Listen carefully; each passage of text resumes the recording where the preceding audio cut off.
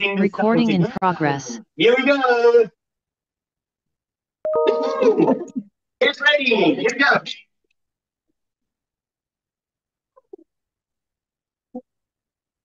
What's a good thing to do on a rainy day? Or when it's too hot to go outside and play. What can get you to a world of make-believe? With spaceships fly or free. What you gonna do? What you gonna do? Be a little every day. What you gonna do? What you gonna do? Be the book with Uncle Craig. How you gonna learn about the kings from long ago? Gonna be a today. How can you learn how to grow? You can learn how an airplane flies. I'm gonna be a today. So why is going to have so many eyes? I'm gonna be a today. Hey, what you gonna do? What you gonna do? Be the leader every day. What you gonna do? What you gonna do? Read a book with Uncle Craig. How you gonna learn about the people from far away? I'm gonna read how they work and how they play. I'm gonna read a book today. What can give you good heart or make you feel proud? I'm gonna read a book today. Or fill you with wonder about that heart. I'm gonna read a book today. Oh, what you gonna do? What you gonna do? Be the little every day. What you gonna do? What you gonna do? Read a book with Uncle Craig. Instead of playing games on my smartphone. I'm gonna read a book today. I'll travel the world while staying at home. I'm gonna read a book today. I'm gonna read a book today. I'm gonna read a book today. What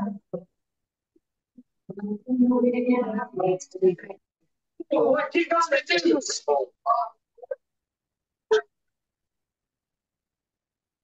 Well done, everybody. You are now awake and ready for our class today, right? Okay. Well, ladies and gentlemen, if we are going to be successful teachers, we really need to understand things from our students' point of view. If you want to be able to educate them, you need to be able to put yourself in their shoes. Feel what they feel. As adults, we often overlook this because we've already gone through the process of learning to read, and we've kind of forgotten how difficult it was during that process. And I'm guessing that when you learned to read English, there wasn't a lot of support from your teachers and from the general environment. But you've forgotten how difficult that process was. So I'd like to share with you at the beginning a little anecdote. This is our student, and they are getting ready to start to learn English. So he's going to introduce himself. Hi, I'm Min. I'm so excited to start school today, right? Whether he's going to a public school or a private school, right? Private language school. He's very excited. But he has one question. I'm not sure how to learn English, but I hope my teacher will help me. So the student comes to your class with the hope that you as the teacher have the solution of how to learn. But more often than not, because as an adult, the teacher has forgotten the difficult road that they took to learn to read because it was a couple of years ago, when the teacher comes into the class,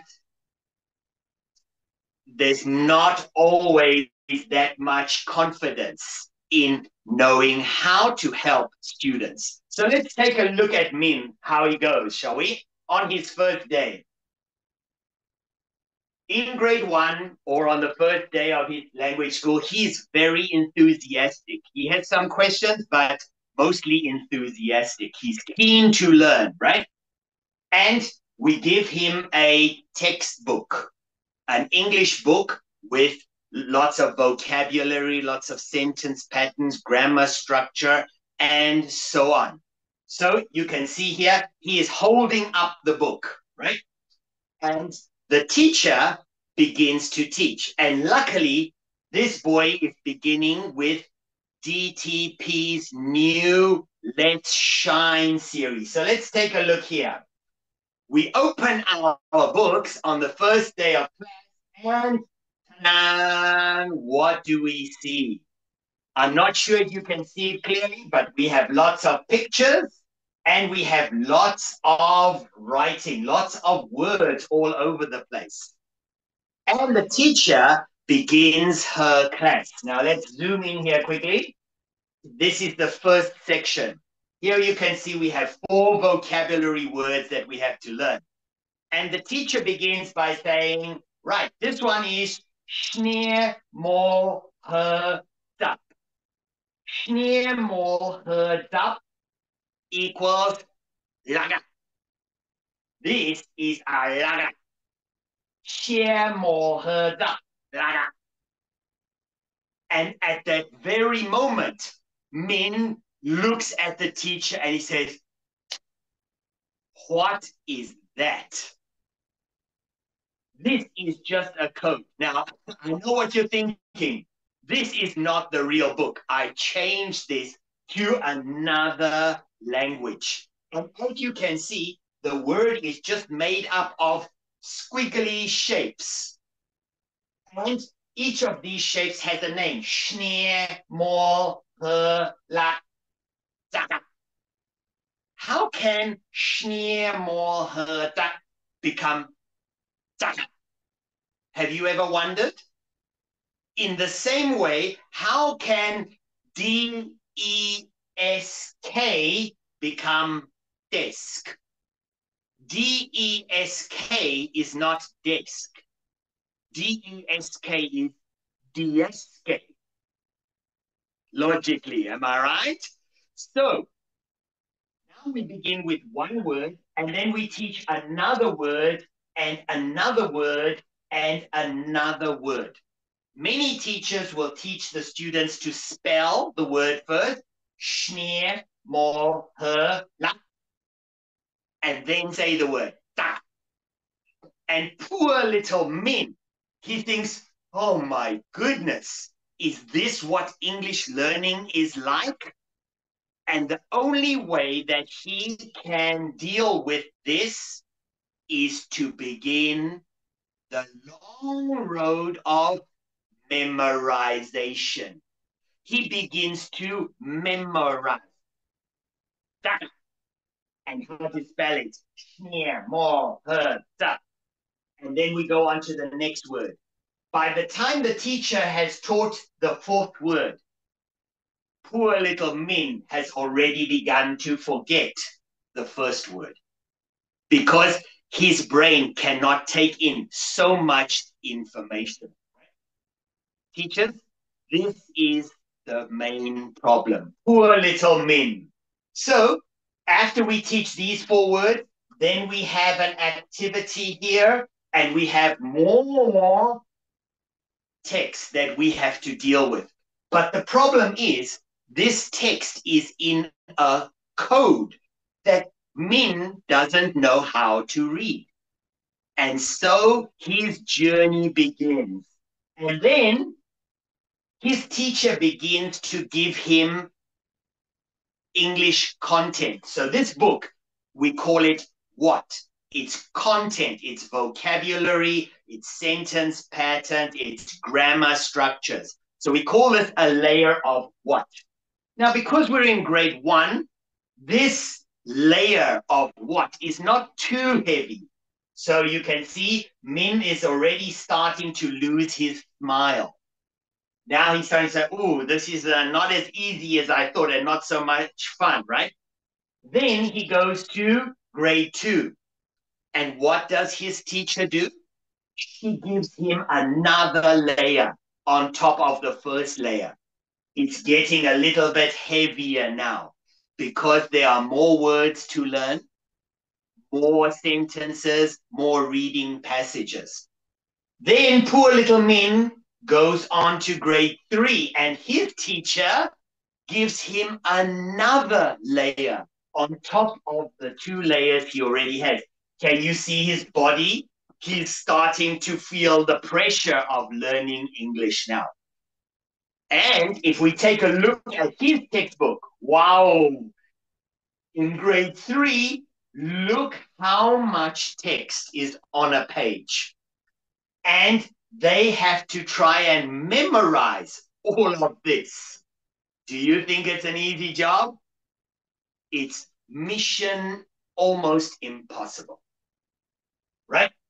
Now, the problem is that the teachers are giving the students content.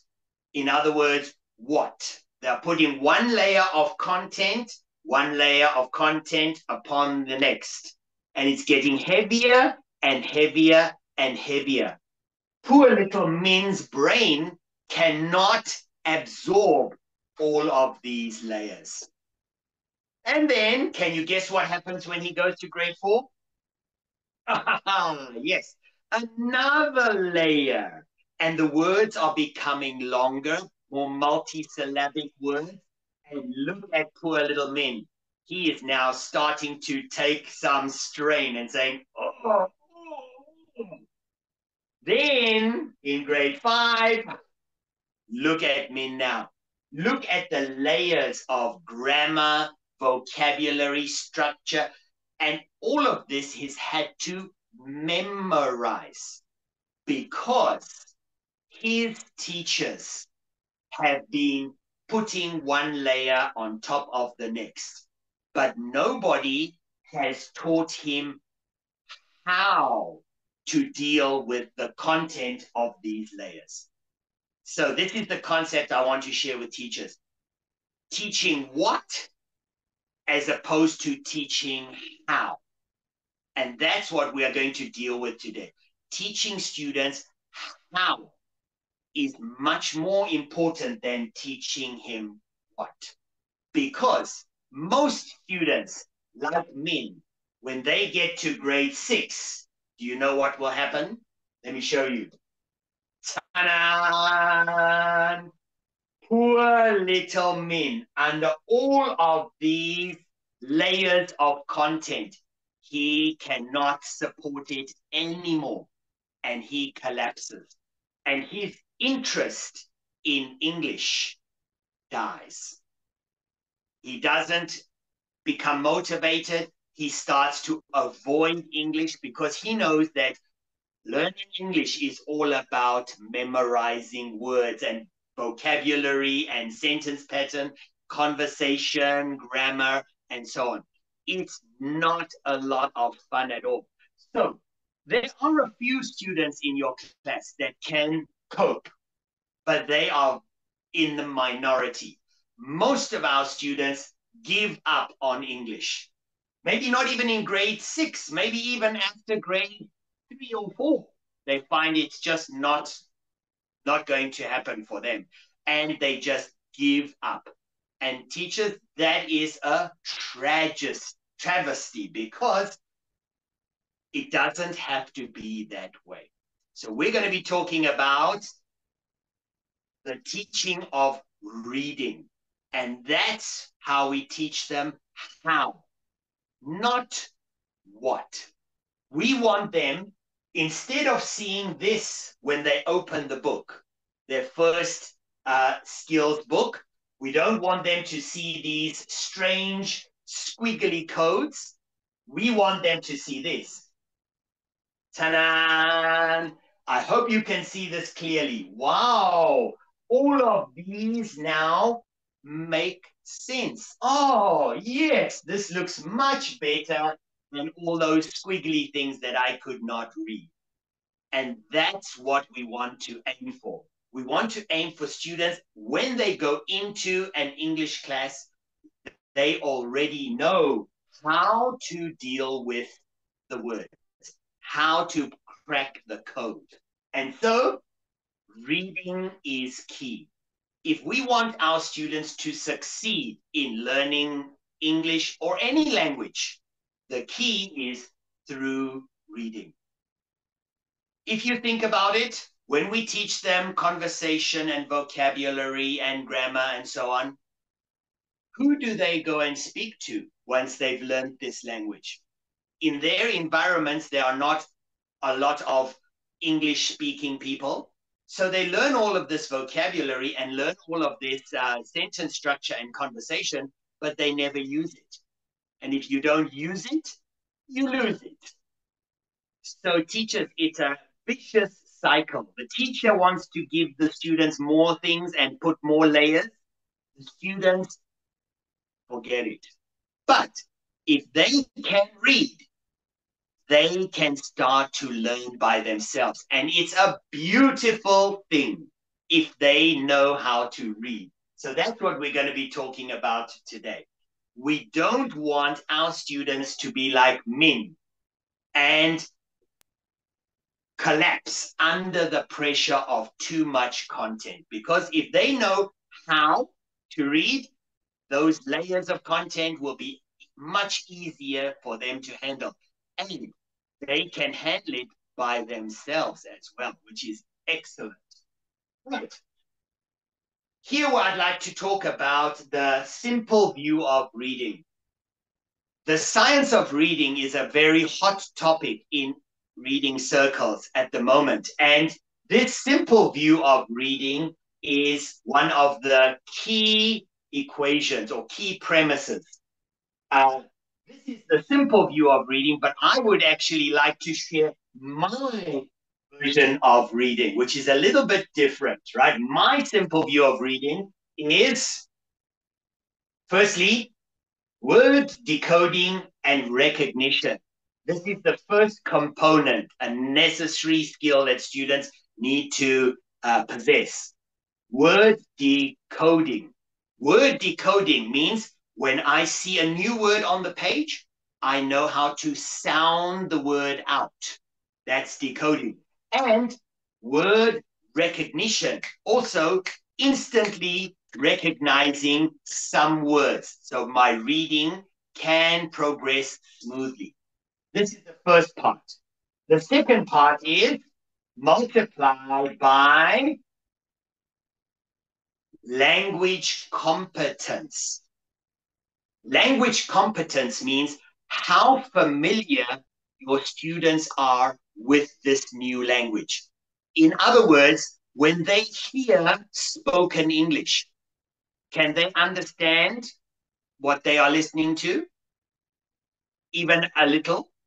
So if I ask my students, do you like to swim? Do they know that this is a question? Do they know that it's a yes-no question? Do they know that to answer the question, they can say yes or no? This is all language competence, meaning they know the conventions of this new language and some basic sounds of the language. So when they hear someone tell them a sentence, for example, if I tell you, oh, I am so hungry. If my student answers no, then I really know that their language competence is not very good. I didn't ask a question. I stated the statement, right? I am very hungry. And my student answered no. Okay, so that's an example of a student with low language competence. So these two factors are very, very important for reading to take place. So if we multiply word decoding and recognition by language competence, then we will get reading comprehension. And that's what our ultimate goal is for students to understand what they are reading. Now, I am an English teacher, not a math teacher, but I can do simple math for you. Let's take a look at this equation, right? Let's say our word recognition decoding is very good. So we give it 1 point. 1 point means very good. And our language competence is not very good. So we give it a 0. Can you see the result is 0 reading comprehension, which means my students can decode all the words that they see on a page, but they have not had a lot of experience with using English, listening to English, and communicating in English. So reading comprehension cannot form because they can read, but they don't understand what they are reading. So we have 0 comprehension. Let's change it another way. They do not have good word decoding skills, but they have a lot of experience in speaking and using and experience with English. But because they cannot decode the words off the page, even though their English is pretty good, they will still not have reading comprehension. Okay, now these are absolute figures. Let's change it a little. Let's give it a 7.5. So word decoding and recognition is a 0.75, which is not bad, right? Pretty good. And language competence, 0.5. Not bad, right? It's half. But look at the result. Reading comprehension is only 0.3, which means it will not be very good. So you can see that these 2 parts are essential and they rely on each other. They will affect each other. Even though this one is good, this one not so good, the end result will be less than perfect. So the only way for us to get a very good outcome is by teaching them good word decoding recognition, good language competence, and then we will have good reading comprehension. And then our student Min will be a very happy student because he will know how to deal with all of those layers of content that their teacher will be giving them. Right. So now that we know the simple view of reading, we know 2 things.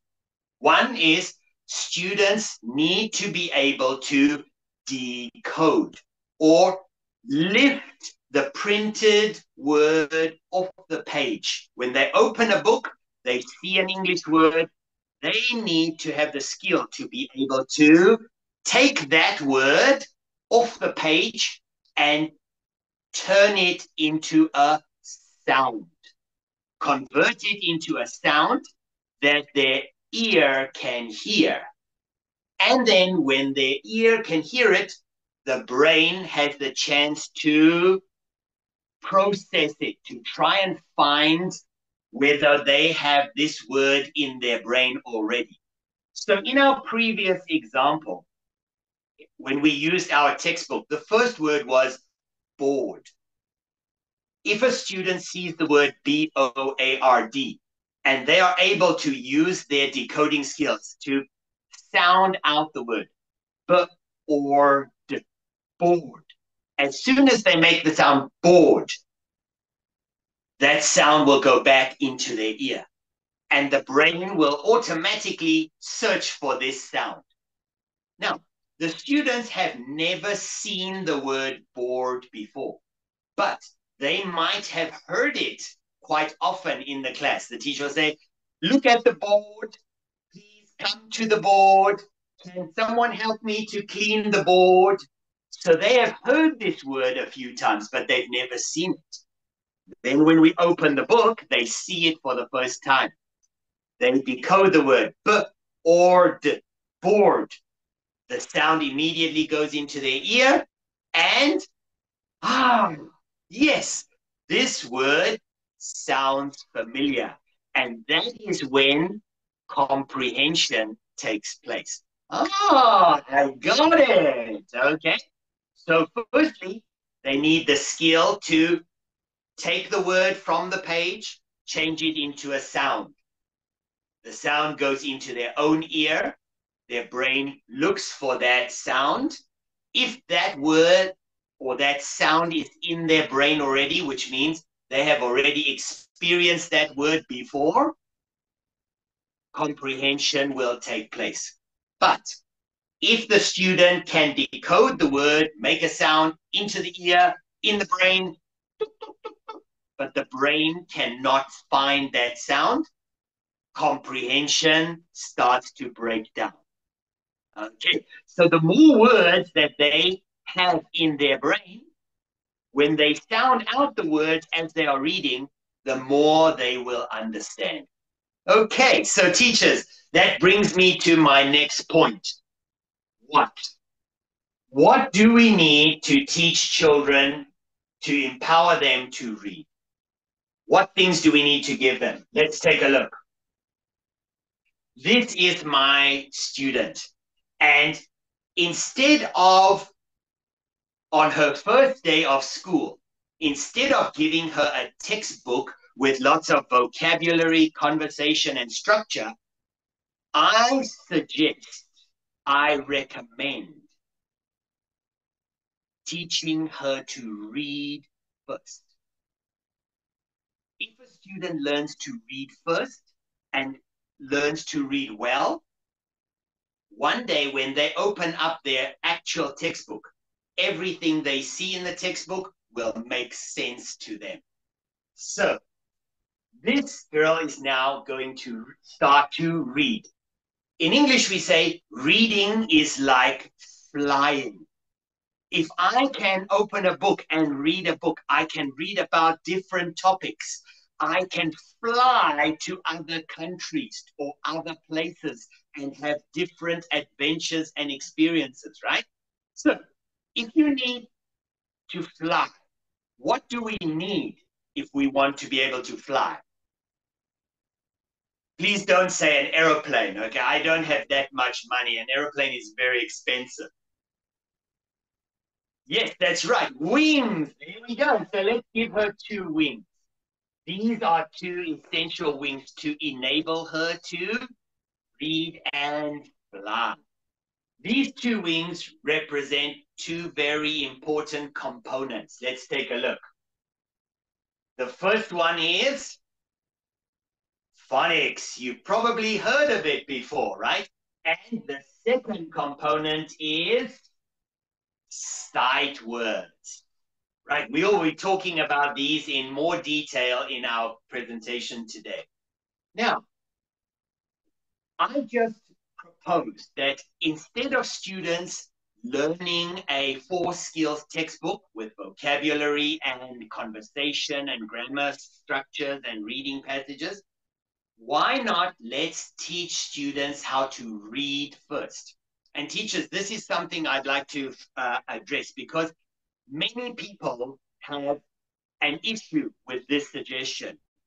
For example, some people will say, oh, we don't need to learn phonics and sight words because our mother language also uses similar letters and similar sounds. My question is, does your language contain all the letters that English uses and all the sounds? It might have some of them that overlap, but there are many letter combinations that your language will not have that English has, right? For example, the E at the end of the word that helps the vowel in the middle. Does your language have that kind of a grapheme? Probably not, right? And different digraphs that come together. So for example, in your language, your mother language, do they have the OU combination that says ow? And in many cases, we might have the same letters, but we have different sounds. So teachers, this is another issue that adults sometimes have. They think, well, I can do it, so my students will be able to do it. They assume that it will be easier for students. We shouldn't assume anything. The minute you start to assume things and say, oh, yes, they should be able to do it, it should be easy, that's when you start to lose a lot of students. They start to give up. So that's the first thing. Another reason why we should begin with these is because as native speakers, this is how we learn to read. And if native speakers need to use this way, then I think it's a very good idea that non-native speakers use a similar way to learn to read. One more reason I'd like to share with you. About 17 years ago, I started working in a country in Asia. I'm not going to tell you which country. But when I arrived there, everybody didn't know about phonics or sight words. They used the IPA system, right, to teach English. And I started to promote the use of teaching phonics and sight words, and nobody wanted to listen. They said, no, that's not suitable for our students. Phonics and sight words is only suitable for native speaking children. So children in Australia and America, Canada, and so on, that have English as their first language. And so it was very difficult to try and change people's minds at that time. But I can tell you now, 17 years later, it took a long time to change, but in that country now, even in the school system, students are starting to learn to read first before they begin to learn English, which means before they get given their textbooks, most of the students in that country begin in grade 3. So in grade 1 and grade 2, those 2 years are spent teaching students how to read. Okay, so this is something I'd like you to consider, that if we are getting students to learn English from the get-go, from zero, they have no experience, no ability, and we start teaching them vocabulary, sentence patterns, conversation, we are going to have the problem that Min has. We are going to hit a wall sooner or later. So instead of hitting that wall, we need to find a way to go around that wall. And that way is by teaching them to read. Okay, so these are two vital components to teaching students how to read: phonics and sight words. But there's another one, a third vital component. Let's take a look. When we are learning to fly, it can be a little dangerous, right? You might fall and hurt your head. So we've given her a safety helmet.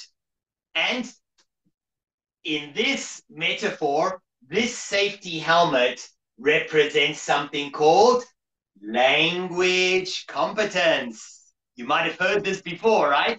In my simple view of reading, language competence or language experience. Experience hearing the language, using the language, and so on. Included in this language competence is something called an auditory library. An auditory library is a library of words in your head that you have heard before in English. So we need to help our students build an auditory library as well as teaching them sight words and phonics at the same time.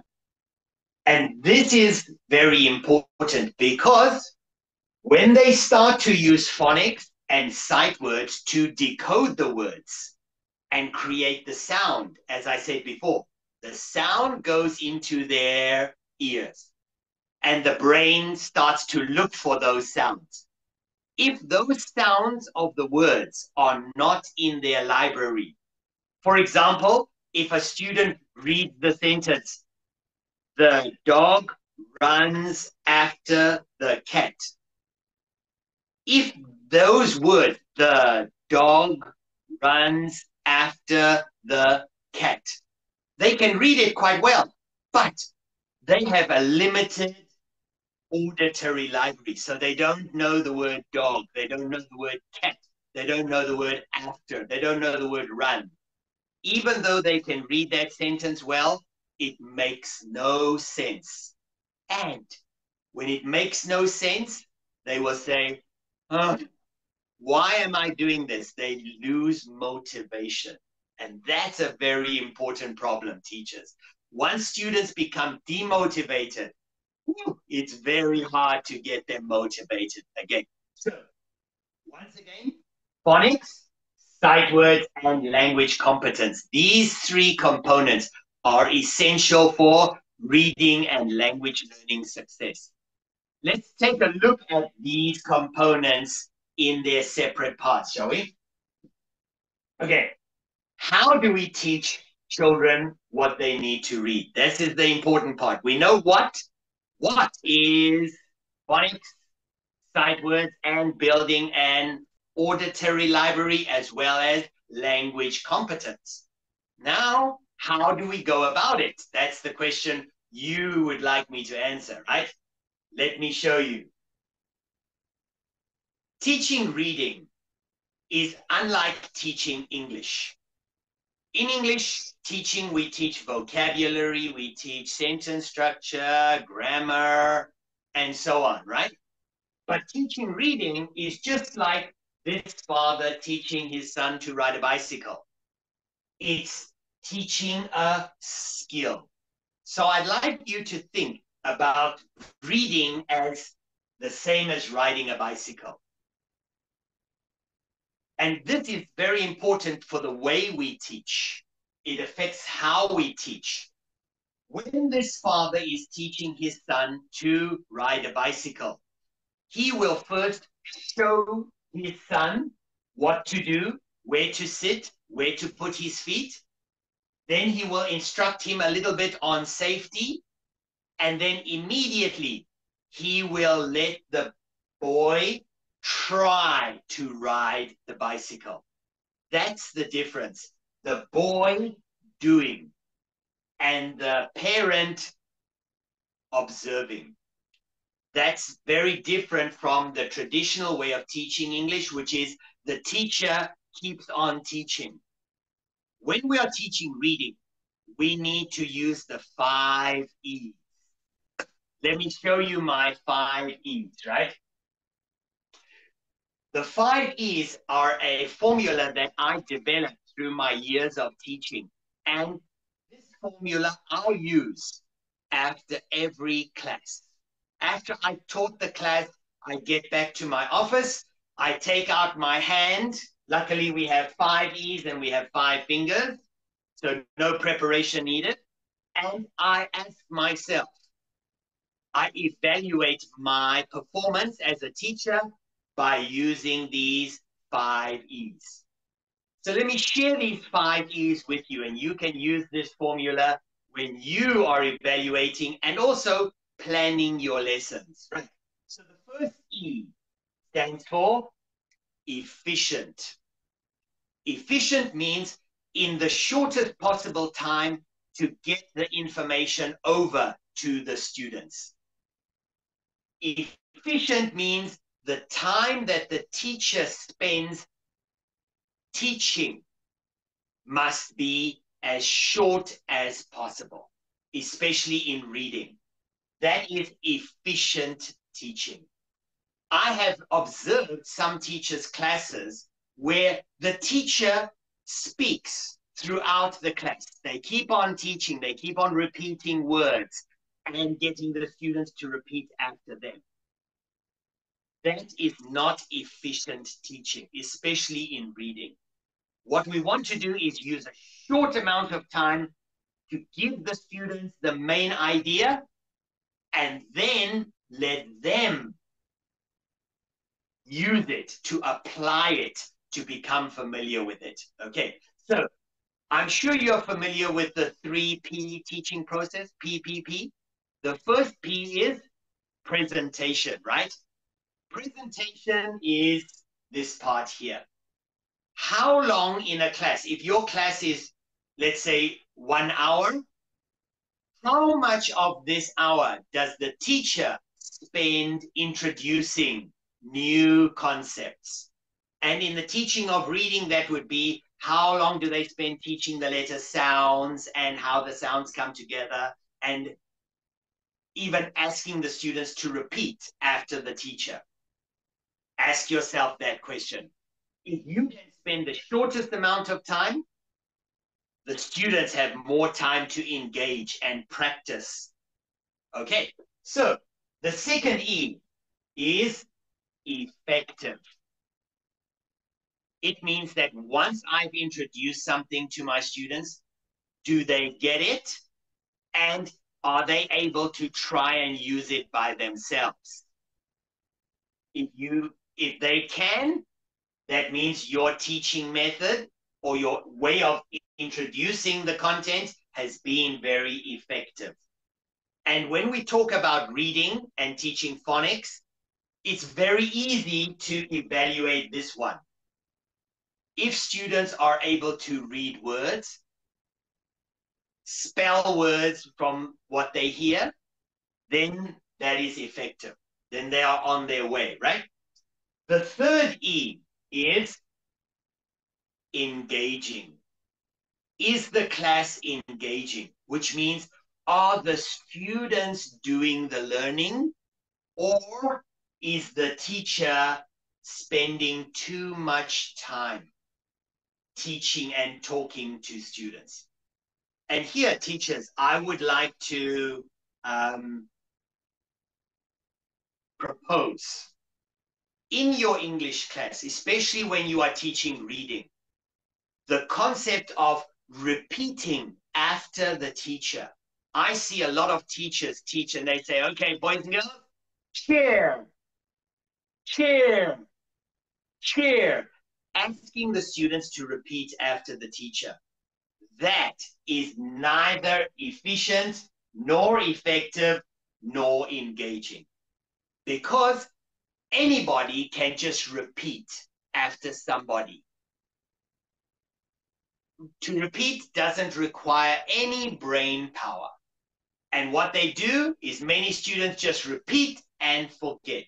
Repeat and forget. So if this is a technique that you use in your class, I seriously recommend you think about using it, because it is neither efficient, effective, or engaging. The students just repeat after the teacher.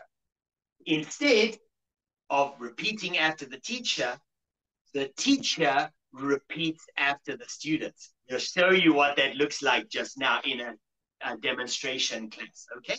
So the students must be doing the learning more than the teacher doing the teaching. So the teacher efficiently gives them the new information, then they start to use it. They apply it and they learn. They make mistakes, sure, but that's part of the learning process. The fourth E is educational. As a teacher, we all want to improve our students' knowledge. So while we are teaching them to read, we can improve their general knowledge, knowledge about language, knowledge about things in their world, knowledge about morals, good things to do, bad things to do, and so on. So included in our teaching of reading, we need to add an educational element so that we are improving them as human beings, right? Enabled to go out into the world as more complete humans, right? So in the case of teaching reading, we're not just teaching them how to read words.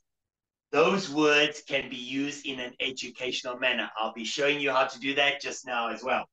Finally, enjoyable. This is the most important one. Enjoyable for who? For your students? No, not necessarily, not for your students. More for you as a teacher.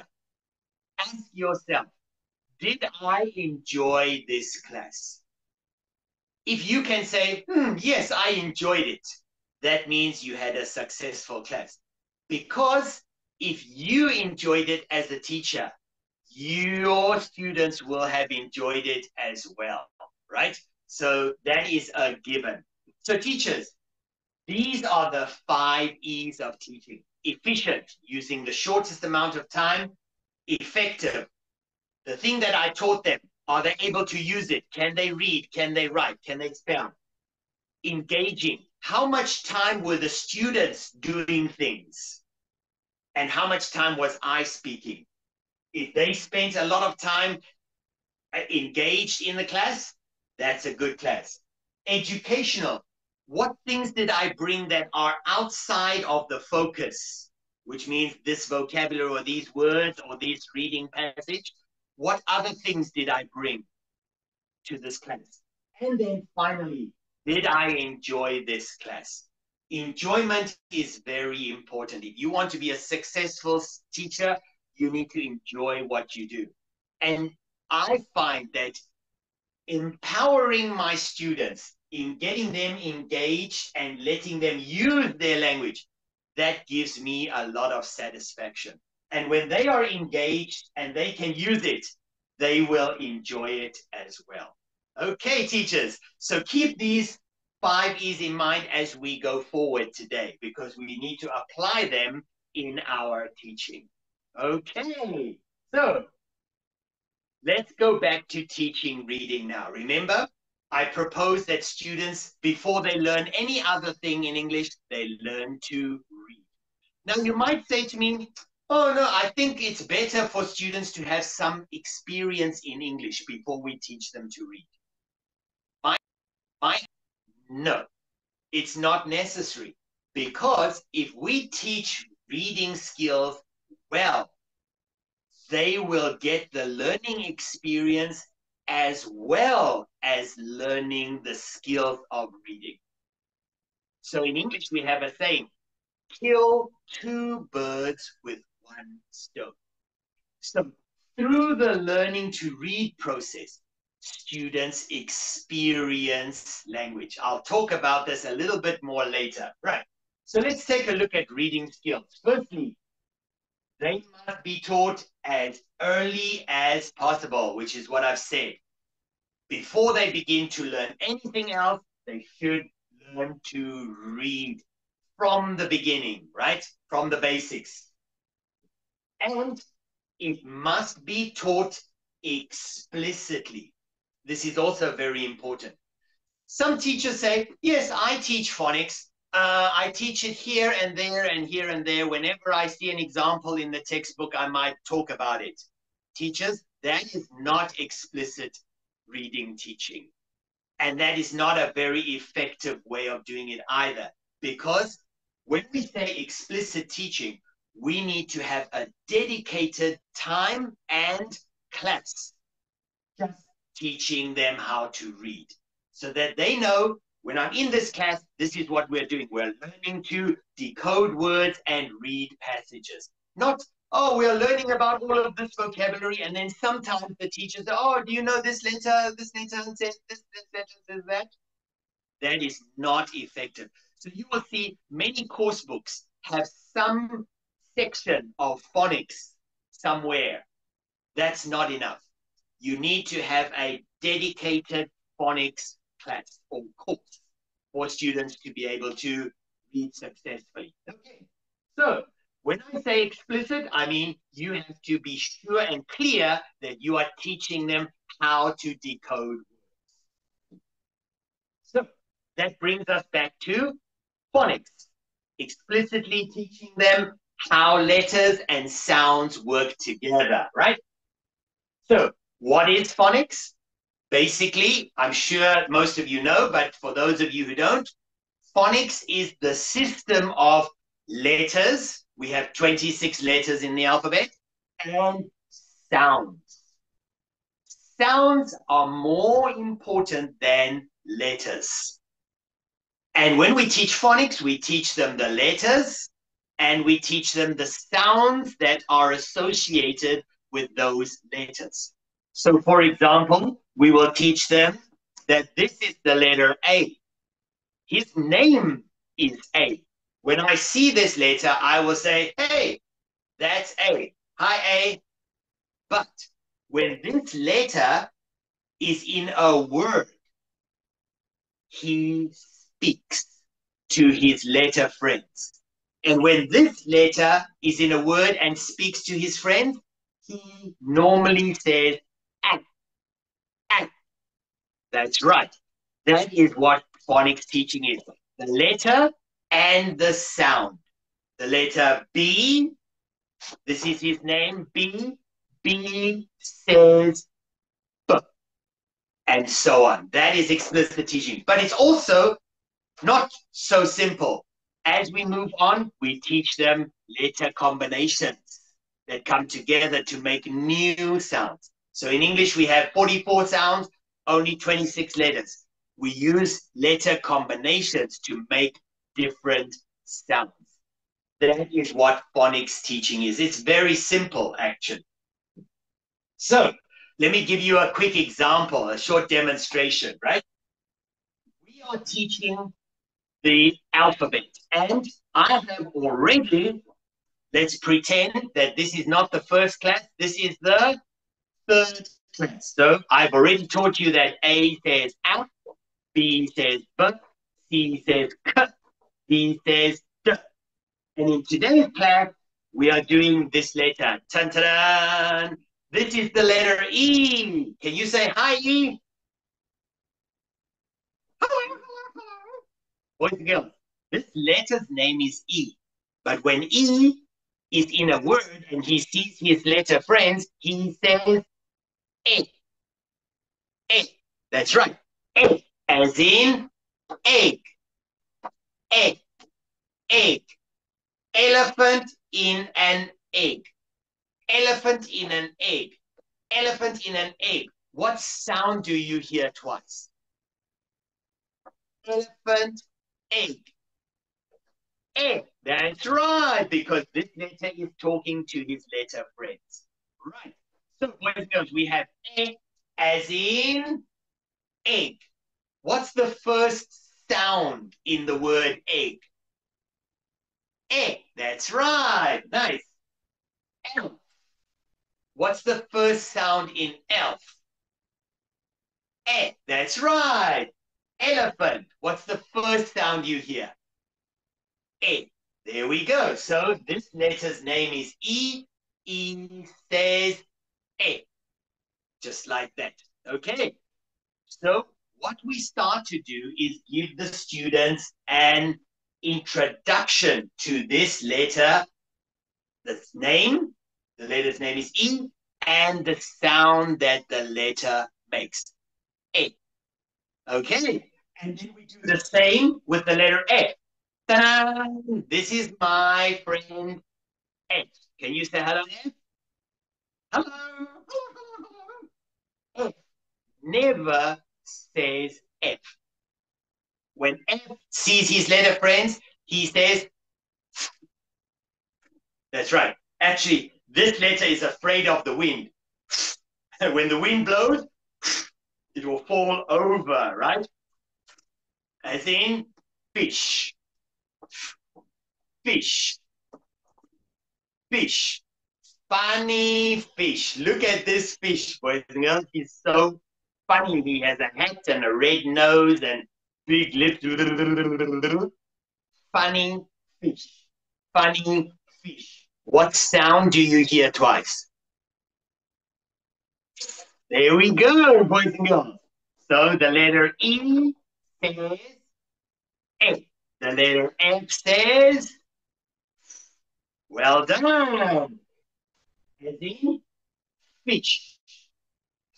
As in flower. As in farm.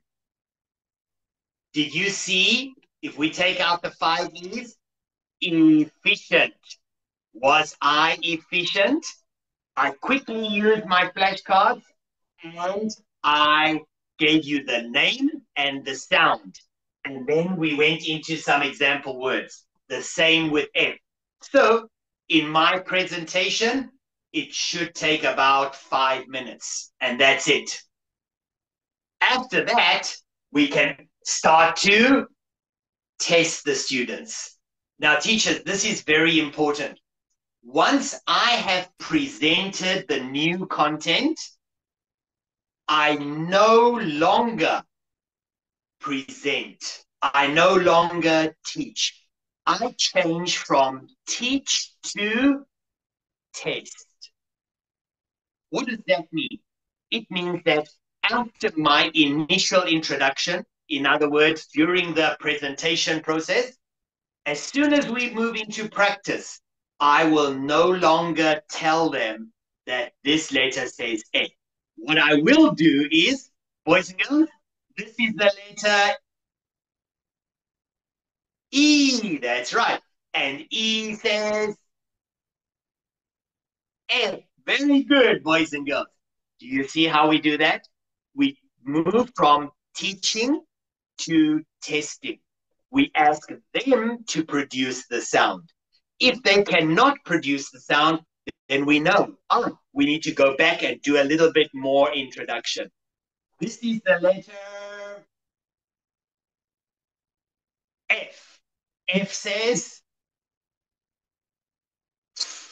correct. We'll never say, oh, boys and girls, right? Do you remember I told you this is F? Say F. F says,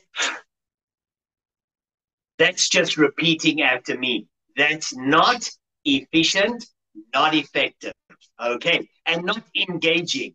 When I test them, this letter says, I require them to do the thinking and try to remember, yes, this is the letter E. E says A.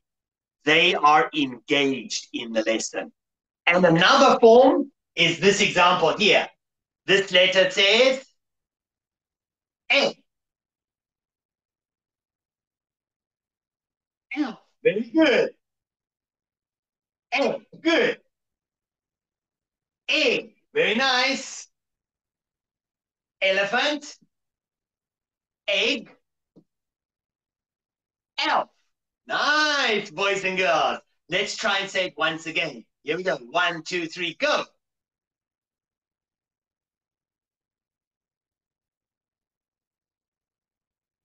Do you notice as the teacher, I'm silent. The students are starting to produce. Okay, that's the key point. And then, of course, we want it to be enjoyable. So just let me switch on my speaker here to make sure that you can hear it. And we can do a chant. Here we go. Right, let's try it. Can you hear it? Sorry. S, L, F, A, elephant, egg, elf. F, L, F, A, elephant, egg, elf.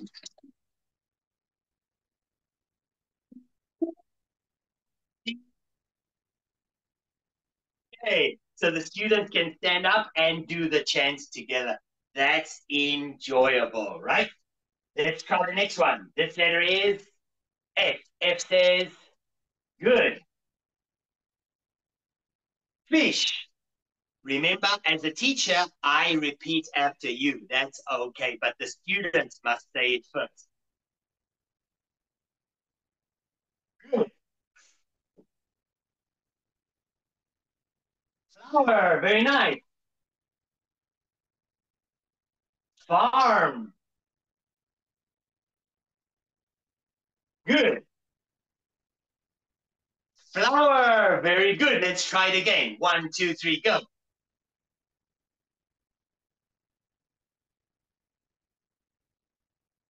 Yeah, well done, boys and girls. Okay, efficient, effective. If they can say all of these plus the letter sound, then I know it's effective. Engaging. They are doing the producing, not me. And enjoyable. If we do a chant and we listen to it, sorry, let's go back here quickly. Try it again.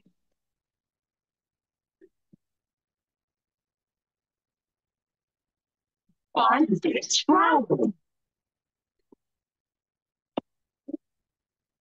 Find this problem. Okay, right. So they can get involved as well. Stand up, move their bodies. So now we have taught you 6-letter sounds. A, B, K, D, E, and now we can move into the next part. Remember, teachers, this is how we begin to teach them to read. Let's take a look at this section here. This is the most important part of our teaching reading class. And in my personal opinion, I would say that this, what I'm going to show you now, is probably the most important moment in your students' English learning career. Why do I say it's the most important? Let me show you first, okay? Let me show you, and then I'll tell you why this is so important. So I'm going to do a short teaching demonstration, and I hope that maybe you can also use this kind of demonstration in your teaching as well. Right, so boys and girls, do you remember this letter? This letter's name is B. B says B. Very nice, well done. This letter's name is E. E says E. Very good. B. E. Very nice. Now we are going to do some magic. Do you want to see? Okay, if you want to see, please say 1, 2, 3. I want to see.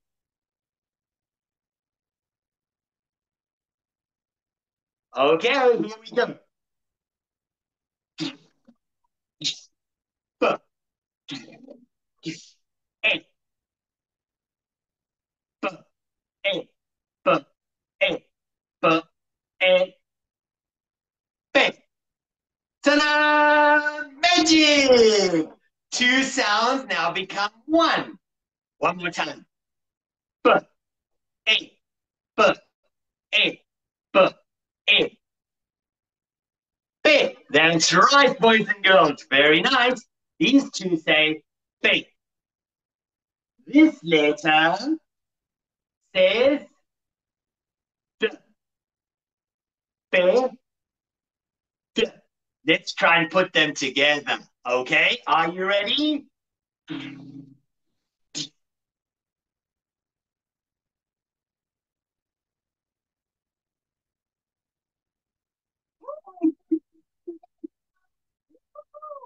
You have read your first English word.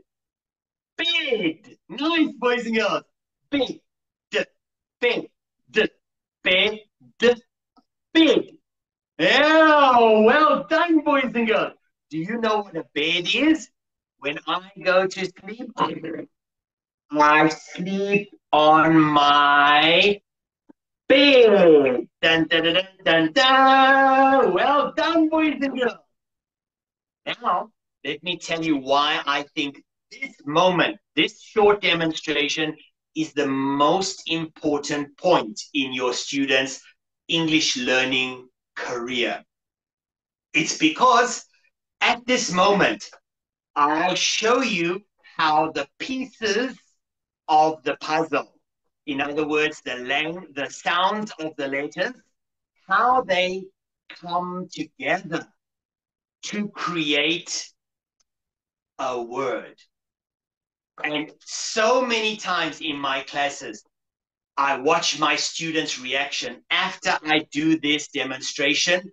Their eyes light up because they finally understand how these English words are created.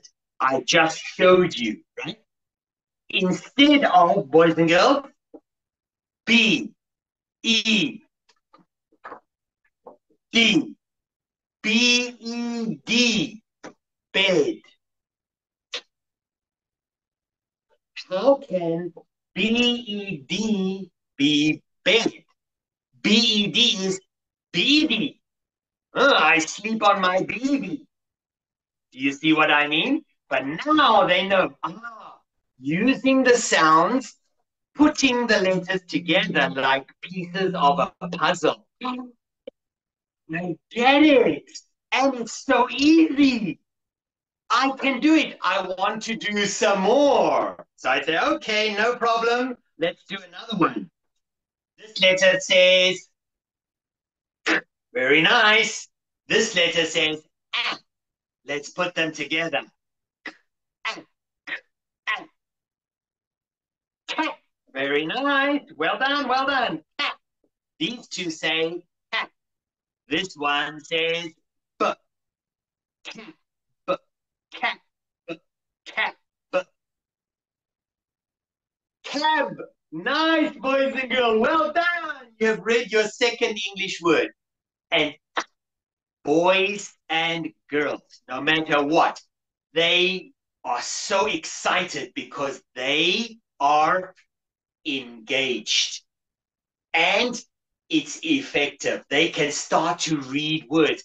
And teachers, the most important point is they start to understand how. Not what, as I mentioned in the beginning of my presentation. Now we are looking at how. Now, sure, this is very, very basic, but teachers, don't overlook the importance of this basic step. Once they understand this concept, they can start to apply it to all of the words that they read. Now, many adult teachers assume that, well, my students should know this. They should understand this already. But the truth is, most of your students will never understand it unless you explicitly show them how to do it. So this is a very important moment in their teaching, right? So once we have taught them how to blend, b, e, be, d, bed. And this word has a meaning. We can go on and read a couple more, get them to apply it. One thing I also found is that boys are not as good at language learning as girls are, right? That's natural. But once we start to teach them this way, where we have the pieces of the puzzle that we can see, that we can touch and put them together, boys especially can relate to this kind of teaching. They say, I can see it, I can touch it. It's not an abstract concept. It's not B-E-D, bed. How can B-E-D be bed? That's how boys tend to think more, right? So teaching them explicitly will really help them to get it, and then you can begin to move faster and faster. But without this knowledge, it'll be very hard for students to get onto the next step and the next step and the next step. So this is the basic steps when we're teaching phonics. Right. So once we have done this, then there's this part over here, sight words, which brings me to the other wing. Okay. And that brings us to the second wing, as I said, right? These two need to work together to produce reading. And then don't forget this part here, which we will be talking about just a little bit later. Okay, so sight words. Let's take a look at this sight words thing. What are sight words? Sight words are very, very common words that we often see in text. I call them the little words in between the big words in a text. These are words, we call them service words.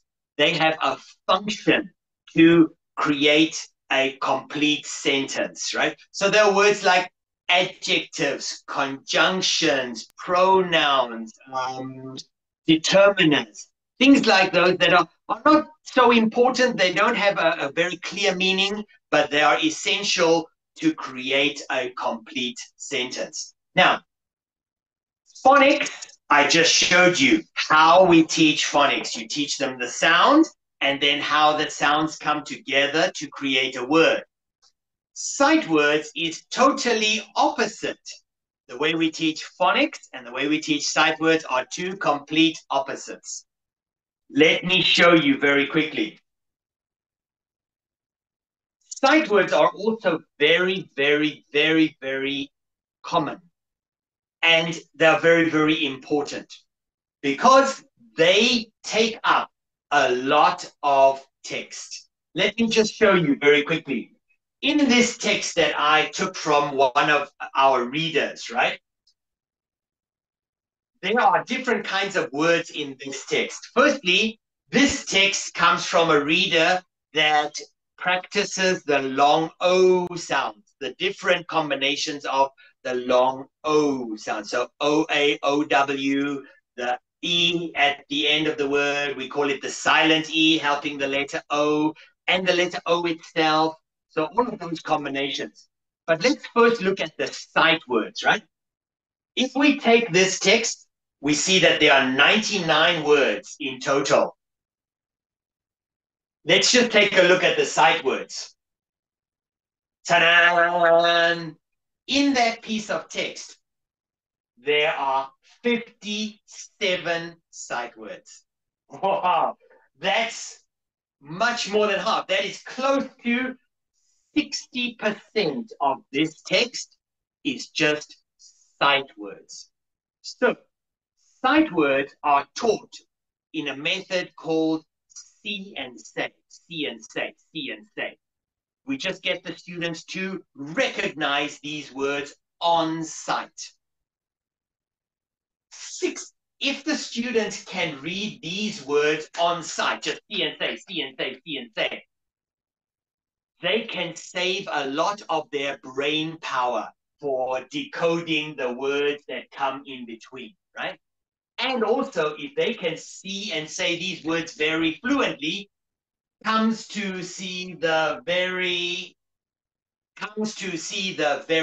becomes very fluent and helps with reading fluency, right? If they can save 60% of their brain power, what will they do with that 60% that they can save? They can use that to start to understand what this passage is about. But if they don't know sight words very well, that means that they actually have to read every single word of the 99 words. If they have to read every single word, their brain will become very tired. And they have no free brain power to understand what they are reading about. They are just reading the words. That's enough. But they don't understand what they are reading. So that's very, very important. Then if we take a look at the long O sounds, these are all the words that are of the long O. There are 17 of them, of the 99. And finally, there are other words that they already know how to decode because they have been learning phonics for quite some time. So all of the rest of the words are 24 already decodable words. So when you look at a text like this, remember, a large majority of the words in this text are just sight words. I created a computer program that I can input some text, and immediately it will tell me how many sight words are in that text, what percentage of the text is sight words. It's very, very interesting. And using this tool, every time I check a piece of text like this, I never get a result under 50%, from 50 up to 67% around there. So it's a very high percentage, which means sight words are very, very, very important, okay? So let's take a look at how we teach sight words, shall we? If we compare it to phonics teaching, in phonics teaching, we call it a bottom-up teaching. I teach you the individual parts and how to put the parts together. In sight words, I just give you the word that you have to learn, right? So let me give you a short example. Boys and girls, today we have 4 new sight word friends to learn. Do you want to see? Okay, here we go. Is. Yes, is. Very good. The second one is up. Up. Very good. This one is.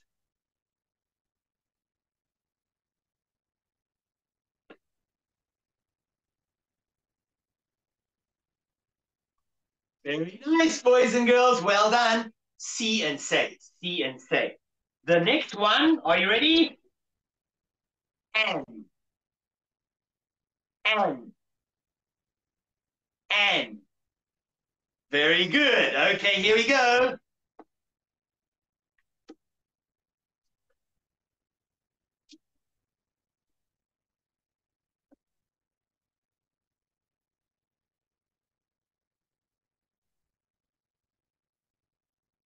Here we go. Well done, well done. See and say, see and say, see and say. And finally, it. It. Very nice. So we have and, is, it. Very good. And then we can go very, very fast. Are you ready, boys and girls? See if you can see and say. Here we go.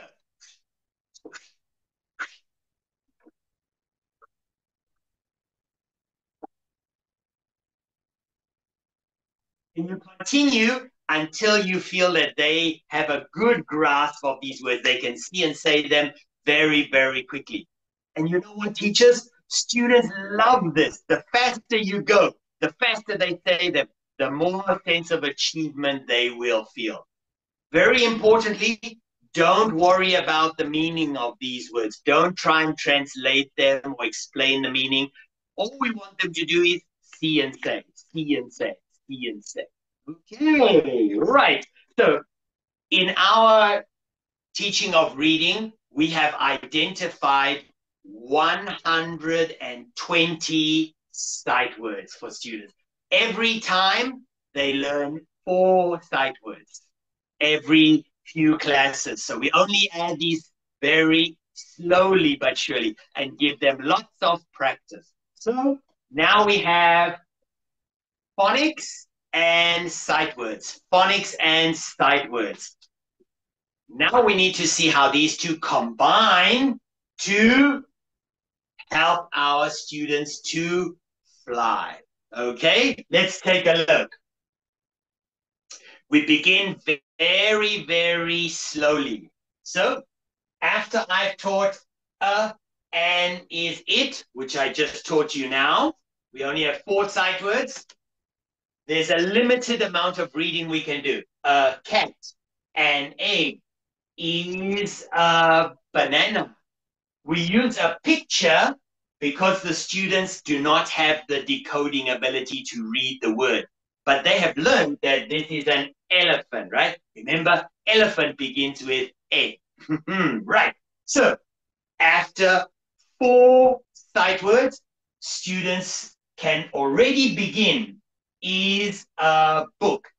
This is the beginning of reading. They start to feel, oh, okay, I start from here and read here, and I can do it.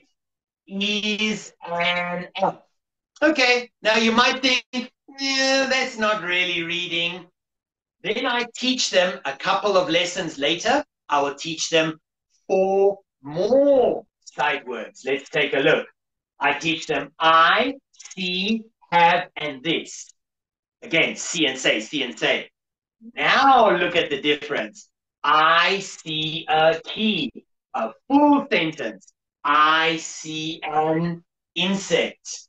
I have an apple. This is a lemon. Teachers, do these kinds of sentence structures look familiar to you?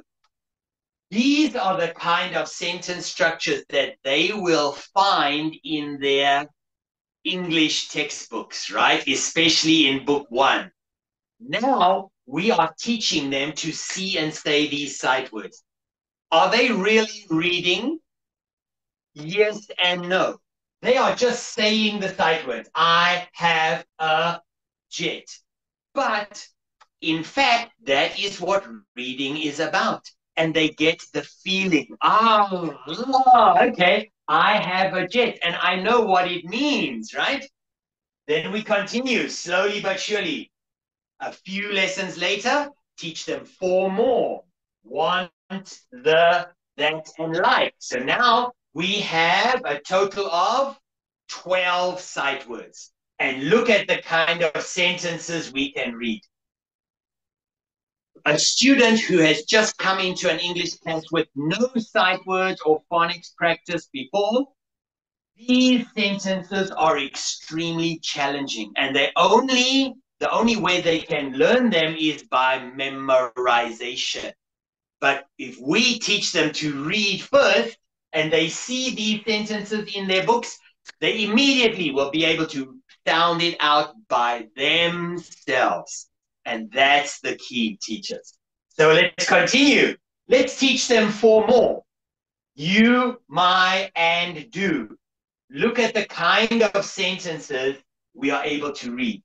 Now, I want to remind you, teachers, that these are just sight words. There are no other content words. These are the content words, and we still use pictures. Do you know why? Because our students are still learning the basic alphabet. They are still getting to learn how these word letters come together. So they are unable to read words like orange, rose, and nest. But pretty soon, I'll show you that starts to change very quickly too. And then finally, so this is all in our level 1. In level 1, we finish by teaching them 4 more sight words. What, he, does, she. These are the first 20 sight words. And look at this, teachers. Oh my goodness, look at this. What does he want? If you know your students, you will know that this is not an easy question to read and to understand, right? What do you see? Do you have a yo-yo? He is a vet. This one may be a little easier.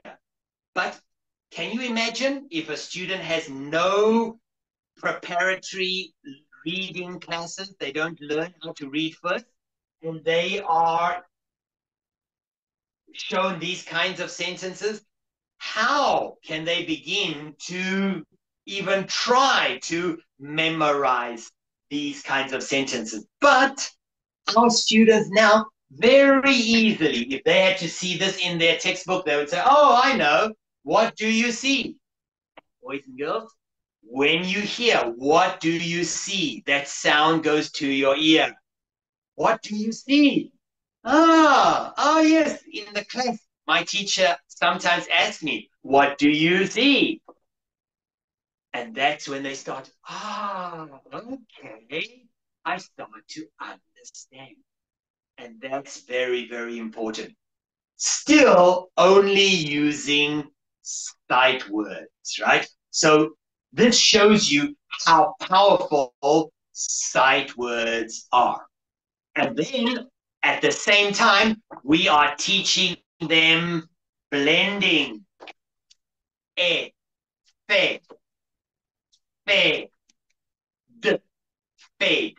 And we are teaching them more and more letters so they are able to blend more and more words together. And slowly but surely, we can move into reading a sentence. Now, here's very important. When you are teaching phonics, you know that your students have the ability to read this word. They know it because they've seen it in a sight word, right? They know this word. So you should definitely not read it for them. What you should do is ask them to read it for you. And once they have said it, you can repeat after your students, but they should not repeat after you. And this is a sight word. This is a content word, but they have learned all the sounds. A, t, ant.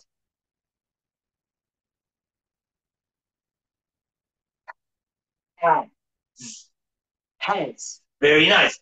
This will later become a sight word. We haven't taught this one yet, so we treat it as a decodable word. Her ass. An ant has. Very good. Axe. Very good. Sight word.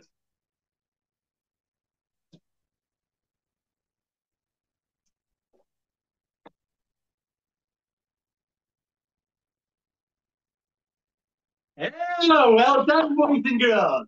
Let's read it again.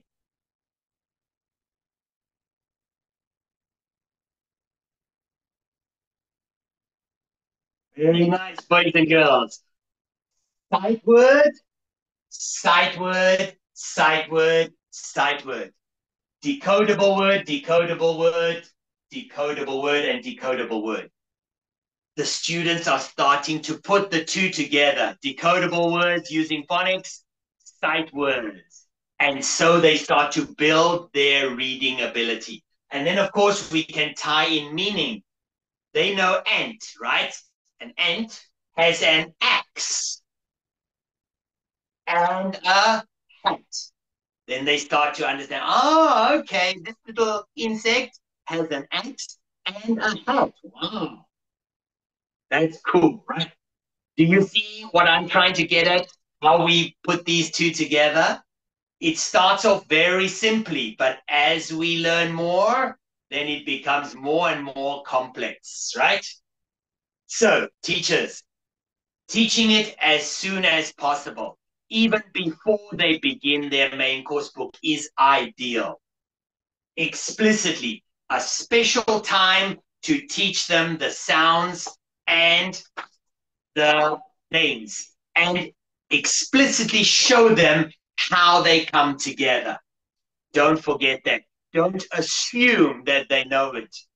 Most students don't get it unless you show them. Let's take a look at the next one. Phonics should be taught systematically.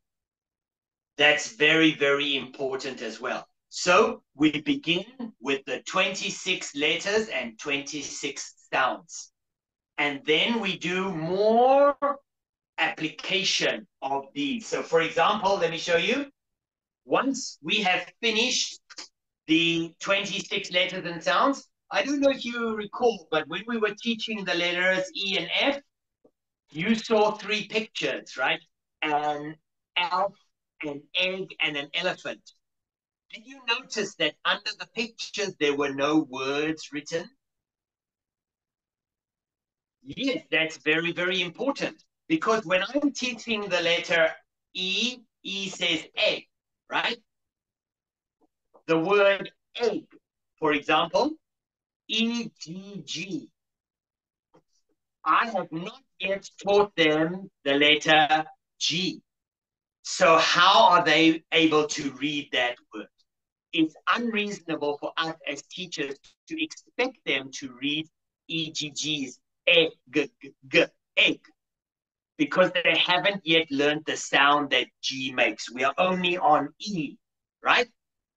That's very, very important. As teachers, we need to know where our students have learned up to. What skills do they have? And if we come to words that contain letters or letter combinations that they don't yet know, we need to pre-teach them by mentioning it to the students, okay? So once we have finished the 26 letters and sounds, then we do them again. So in our level 2, we do the 26 letters and sounds again. But the big difference is, if you take a look here, now under every picture, we have the word. And again, teachers, Do you remember the third E? Engaging. When I do this kind of activity, I never read or play the word for the students first. The first thing I will do is ask the students, how do you say this word? How do you say this word? Remember this question, because this is the question I use most often in my class. How do you say this word? The students try to read it. If they read it correctly, excellent. If they make a little mistake or have some problems, then I know I need to help them. But there's no way that I will tell them this word first. They must tell me. And you know what? If they can read this word that they've never seen before, they go, axe, axe. Say, yes, boys and girls, well done. Enjoyable.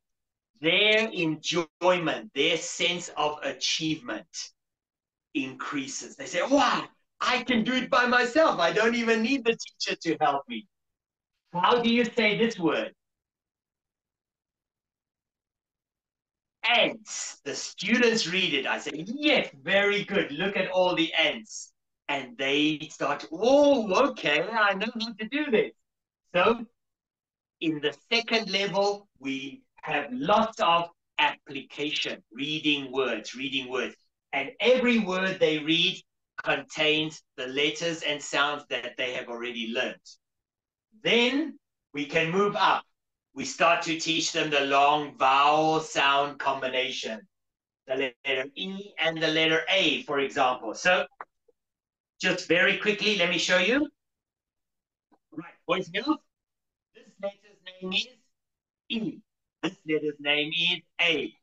Let me show you some magic. E, A, E. Ta-da! These two letters together usually make the sound E. That's it. That is my presentation. Very efficient. My students see it, they say, oh, okay, now I know. That's a special letter combination. These make the sound E. And then we can start to read the words. Who reads the words? My students read the words, not me. I only repeat after the students, right? And then we do lots of activities, practice activities. Sorry, let's go back a bit. Sorry, go back here. We do lots of activities. And then finally, we read a sentence. So everything we do in phonics class leads to reading. And then once we have learned all the different ways that the sound E is made, E, the letter Y at the end, the letter E by itself, yeah, that's about it. Then we can read a whole short passage. Do you see how we are progressing from single words like ed to single sentences, an ant has an axe and a hat, to short passages? That is progress, teachers. And then we can go on to teaching more complex, like the soft C sound, where the letter C makes the sound S. In the very beginning, we taught them the letter C says K. But as they graduate up the scale of the scope and sequence, they can start to accept that C in some words makes the sound S in tent and circus and so on. And then we continue. Our reading passages become longer and longer. Remember, in a reading passage like this, many of these words are sight words. And then at the highest level, where we start teaching OU and OW, every word is accompanied by a sentence, so the reading gets more and more and more and more. So as they improve, we get them to read more and more. Okay. And then our reading passages also get a lot longer. Now, a student who is fortunate enough to be taught phonics and sight words before they begin their textbooks, do you think if they can read this, they will have a problem with their school textbook? I doubt it, because now we have shown them how. If they know how, they can learn what much easier and even by themselves. Teachers don't have to teach this. They can use this. So our precious classroom time can be spent on using the language, getting them to interact and use it rather than learning vocabulary. If students can decode the words, the vocabulary words by themselves, teachers don't have to spend so much time getting them to memorize. Okay, that's a very important concept. So systematically is very important, from very simple to more and more complex combinations. Finally, teachers, we come to the final part, communicatively. Phonics should be taught communicatively. I said at some point that students that are learning a phonics course, a reading course, while they are learning the reading course, they are also acquiring a language. Through the teaching of reading, they become familiar with sentence structures, question formats, and how to interact with the teacher if we teach it communicatively. Now, that communicative teaching adds to the language competence. They understand what is a question, what is a sentence, and how to interact with each of these, so that when they start to read these things, they say, oh, yeah, this is a question. This is an information question. This is a yes-no question. I understand what I'm reading, right? So teachers, language competence, one more time, is their familiarity with the conventions of the language, how questions are formed, how sentences are formed, negative sentence as a positive sentence, and so on, right? Very, very quickly, children acquire their mother language in what we call situational functional language experiences. So when children go shopping with their mother, the mother will continue to speak to them. Lots of language input for the child. And the child will learn the meaning of what the parent is saying by the situation. So when the mother is saying, should we buy a papaya or a coconut? Should we buy a papaya or a coconut? This question is very difficult. But in this situation, the child will infer the meaning. Oh, papaya, coconut. We're in the shop, we're buying things. They will at least say, oh, coconut. They start to learn how to communicate. This boy and his father are making something in the workshop. The boy will hear a lot of language from the father. Pick up the ruler. Let's measure how long and let's cut it. All of this language input accumulates to create the language competence. Now, these children are very lucky to learn English in an English learning environment, a natural environment. What if our phonics or reading class could give them a similar experience? That would be wonderful, wouldn't it? So let's quickly this. I don't have time to talk about this too much, but I want to share with you a word that I have invented. I invented my own word. I hope that one day it can become part of the English language and enter the dictionary. Would you like to know what my word is? Let me show you. Ta-da! Chat teaching. Okay, now I told you that I invented this word, right? And I hope one day, if you see it in the dictionary, you know, oh, yes, that's Craig's word, right? Chat teaching is a way the teacher teaches with the students by means of chatting, not teaching, not instruction, but rather chatting. Why is chatting so important?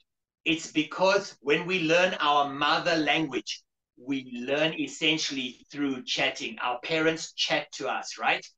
If the teacher chats to the students will be more likely to acquire the language, because that's how we naturally acquire our mother language, our first language. Okay. Here's a definition. One day, if it becomes a real English word, then we will have a definition, right? So, chat teaching is a method of English teaching characterized by informal, conversational interaction. So the teacher talking to the students, asking questions, just chatting, enabling students to naturally experience and practice English as it is used in real life context. So we need to mirror the way language is used in a natural environment and bring it into the classroom. So this will foster enjoyment and realism in the learning process. So students get a feeling of, oh, this is what English is about. English is not about memorizing vocabulary. It's about using it and chatting and communicating, right? So when we teach phonics, we are using words. Am I right? Okay. Firstly, we have to teach them this combination, right? So let me quickly show you how we do that. This letter's name is S. This letter's name is H. Let's do some magic. S, H. Yes, boys and girls. These two letters come together to make the sound sh. Can you say that? Shh. There we go. Very nice, boys and girls. Just like this. Shh. Shop.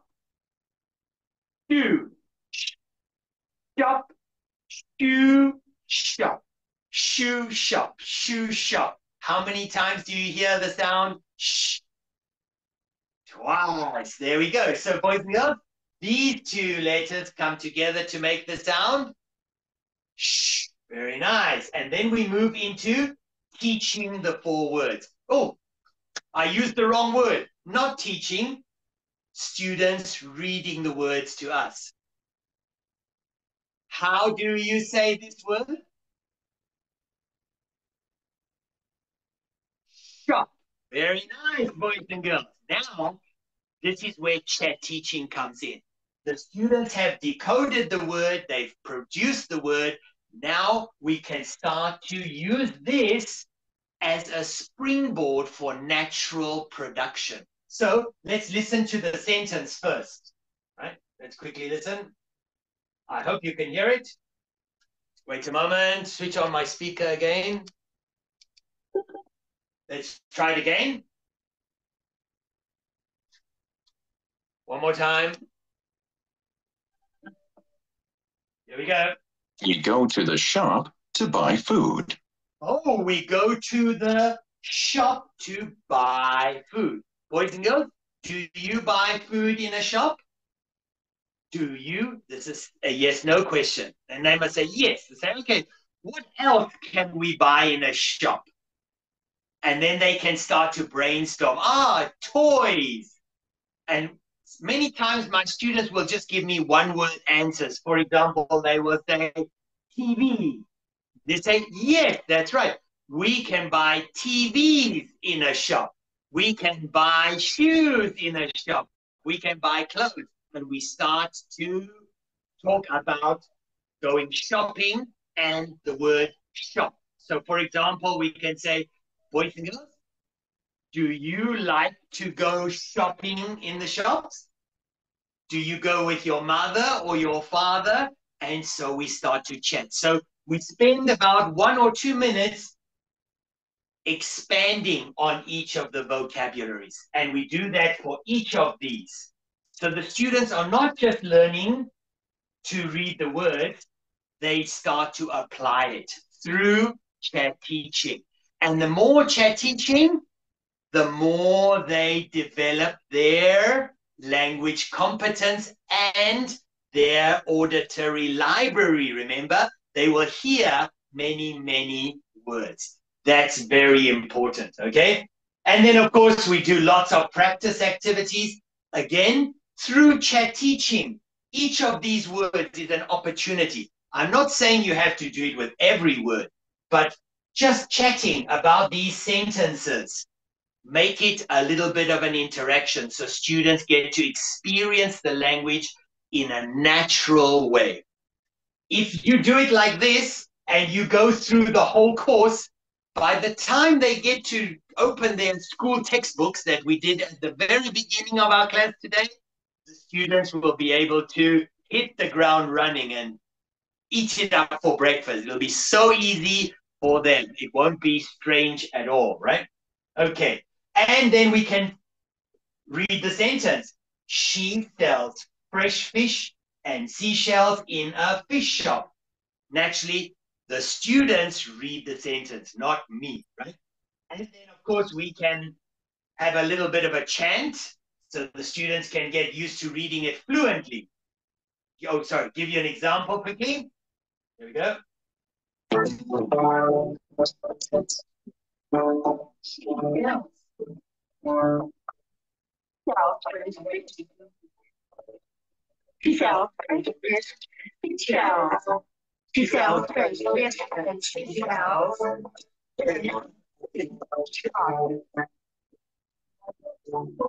Okay, and then we can show them a picture. She sells fresh fish and seashells in the fish shop. Their comprehension starts to build around, right? Do you like to eat fish? You do? Okay. My mother says eating fish will make you very smart. This is chat teaching, okay? Then you can ask them, where do we buy fish? Yes, in a fish shop. Nice, we learned the word shop already. Okay, so teachers, very, very quickly, we're running out of time, but building this language competence as well as teaching them phonics and sight words is very, very important. We can't just teach these two and not let them build this auditory library and language competence. So finally, I'd like to share with you another example of how we do this. When we are teaching phonics, we will also teach phonics readers. So in our book, this will be reader number 2. Now, phonics readers are very, very simple readers that students are able to read, but that's not enough. Just reading the words on the page is not enough input, and it's actually not a very rich input. So what we do to build this language library, this listening auditory library and language competence, we create what we call an expanded story. This is something that, let me say, in my reader courses, for example, dolphin readers, and in our phonics readers, I've never seen anybody else do this. And this is something I learned from my parents. When they read stories to me before I went to sleep, they never just read the words on the page. They always elaborated. They talked about the picture and different concepts and lessons that we can learn. So just to give you a short sample of what this looks like to improve their language competence, okay? So I'm going to read you the story, and this is the expanded story. So here we go. Today, we are going to read a story about a little boy named Kenny. This is Kenny. Kenny is 5 years old, and can you see Kenny? Can you see his mother and his father? It is Kenny's birthday on Friday, and his mother and father want to buy Kenny a gift. You know what a gift is, right? What do you think Kenny wants for his birthday? And my students will come up with some examples, right? So a car, a jet, a gorilla, right? How about you? Do you like gifts? Yes, no question. They must say, oh, yes, I like gifts. Yes, I do. What would you like as a gift? Then they start to think about themselves. Oh, I want a dog. I want to get some whatever, right? Okay, so then we turn the page. Okay. Before we begin to read, I'll read my expanded story. And when I go like this, you read what the students read. Here we go. Kenny's mother and father don't know what Kenny wants for his birthday. So they come up with a good idea. Do you see, while I am reading the story, I'm using my body language. My students don't understand everything I'm reading, but when they look at me, they start to infer the meaning. They don't know what Kenny wants for his birthday, but they have a good idea. Aha! They don't know the word idea, but now from my motioning, they understand, right? They take Kenny to the toy store, to the shop, to see if they can find a toy that he likes. Wow, look at all the toys. Look at the picture. Wow, there are so many toys in the toy store. Mommy, Daddy, and Kenny look around the store. Okay. Toys, toys, toys. Lots and lots of toys. Daddy sees a very nice toy. He points to the toy and says,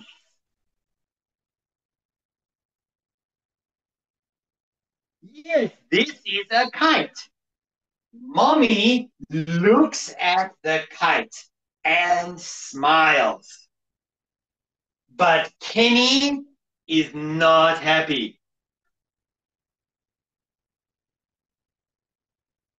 He says, I have a kite. Kenny doesn't want a kite. He already has a kite. How about you? Do you have a kite? And then the student goes, and so we continue our story. Students are reading. Do you notice how we use the picture for dinosaur? Because the students have not yet the ability to read that word. But they can read, I see a big. Sight word, sight word, sight word, decodable word. Teachers, using this expanded story, we are enriching their experience with the language. They are hearing the words. We don't want them to memorize them, but they must be familiar. So one day, for example, in this story, it's called I Have a Gift. The word gift appears more than 40 times in this story. Gift, gift, gift, gift, gift. They hear that word. Pretty soon in their books, they were going to read a word, and the word is gift. Gift. As soon as they sound it out, the sound will go back to their ear. And when it goes back to the ear, they'll say, yeah, ding, ding, ding, ding, ding. This word I know. And comprehension can take place. Okay. So I have time, and I've got so much more to tell you, but let's just quickly, these are just examples of reading material that we use. These are phonics readers. So they are designed to help students as they progress. The more they learn, the more they are able to read. And I want to go to the end of the class because we have already finished our time. What I want to say, teachers, is if we teach phonics and sight words, in other words, teaching them to read as early as possible, if we teach it systematically and communicatively before they go into their actual English class, where they get a 4 skills textbook where they learn about vocabulary and structure and all of that, if they learn to read before they go into that kind of a class, they will improve in leaps and bounds. They will outperform our wildest expectation. But if we don't give them this foundation of ability to read, this is what they will encounter. And I don't know about you, but even me, if you asked me to learn this, I would say, forget it. Too difficult. So what we want is not for them to see this. We want them to see this. I can almost read everything that I see. So that means that the teacher doesn't have to spend so much time teaching the vocabulary. The teacher can just say, what's this? And the students will say, tea. If the student learns these words in class, by the time they get home after a long day at school, they have forgotten these words. But never mind, they can go back, open the book, and read the words again by themselves because they have the ability to read. Even if they forget, that's fine. As long as you can read it and recall it by yourself, then you will learn the words much better, okay? That's what we want to give our students. So, coming back to me, I hope in the future, when your students come to you, they say, I'm so excited to begin class. And I know my teacher knows how to help me. My teacher knows that I must learn how before I learn what. And I can read. And I will succeed. Yay! That is the secret, teachers. So, in conclusion, give students the best gift ever. The best gift you can really give them is not all of those vocabulary words. That comes later. The best gift is the ability to help themselves by being able to read. It's really, really so important. So let's do it together, teachers. Let's give our students the gift that they deserve, and that is the gift of reading. I'd like to say thank you very much for spending your Saturday morning with me, and I hope to see you again sometime soon. Good luck with your teaching. Thank you very much. Wow, thank you very much, Mr. Wright, for your insightful and valuable presentations. And I can see there are many messages of appreciation and positive feedback from our participants in the chat box. Wonderful. Yeah, and I'm sure you can see them as well. I wasn't paying attention. Sorry, I was so focused on what I'm doing and going over time. Sorry about that. Okay, yeah, so okay. Once again, thank you so much, Mr. Wright, for reminding us of the 5 E's and for showing us such practical ways of teaching. And what you shared was not only insightful, but also very engaging and realistic. And it really spoke to us as teachers because there are things we can apply immediately in our classroom. Right. Yeah. Mr. Wright, we noticed that you have created some teaching video with your own voice and style for your students. Many of our participants today very interested in receiving similar video valuable resources for their teaching practice. May I kindly ask you for your opinions on whether it could be possible to share the video with the participant after today's sections? You mean the video that we Yeah. just done? Yeah, The yes, right. class video? Sure, we can. And also, I want to let you know that we are working with DTP as well to bring a complete reading course, a phonics course, to the market. So it will be a publication. So all of the things you saw, the readers and that, will one day be a DTP publication available Oh. for everybody. Well, thank you very much. Okay, so yeah, so do you have around 15 minutes for our now many of these techniques are often applied to young learners. Could you please share how we might adapt them for secondary school students? Okay. Well, I think a phrase that comes to mind: prevention is better than cure. Secondary students, if they have not been given the right foundation, they will have gone through what I call, the memorization technique of learning English. And that is very unfortunate.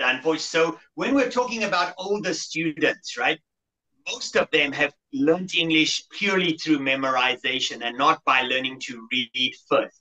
So it's a lot harder for them to treat English as a tool for communication because they've only ever known memorization. So they treat it as a subject that I must write a test on, and I just use the memorized words. They're not used to this communicative chat teaching approach.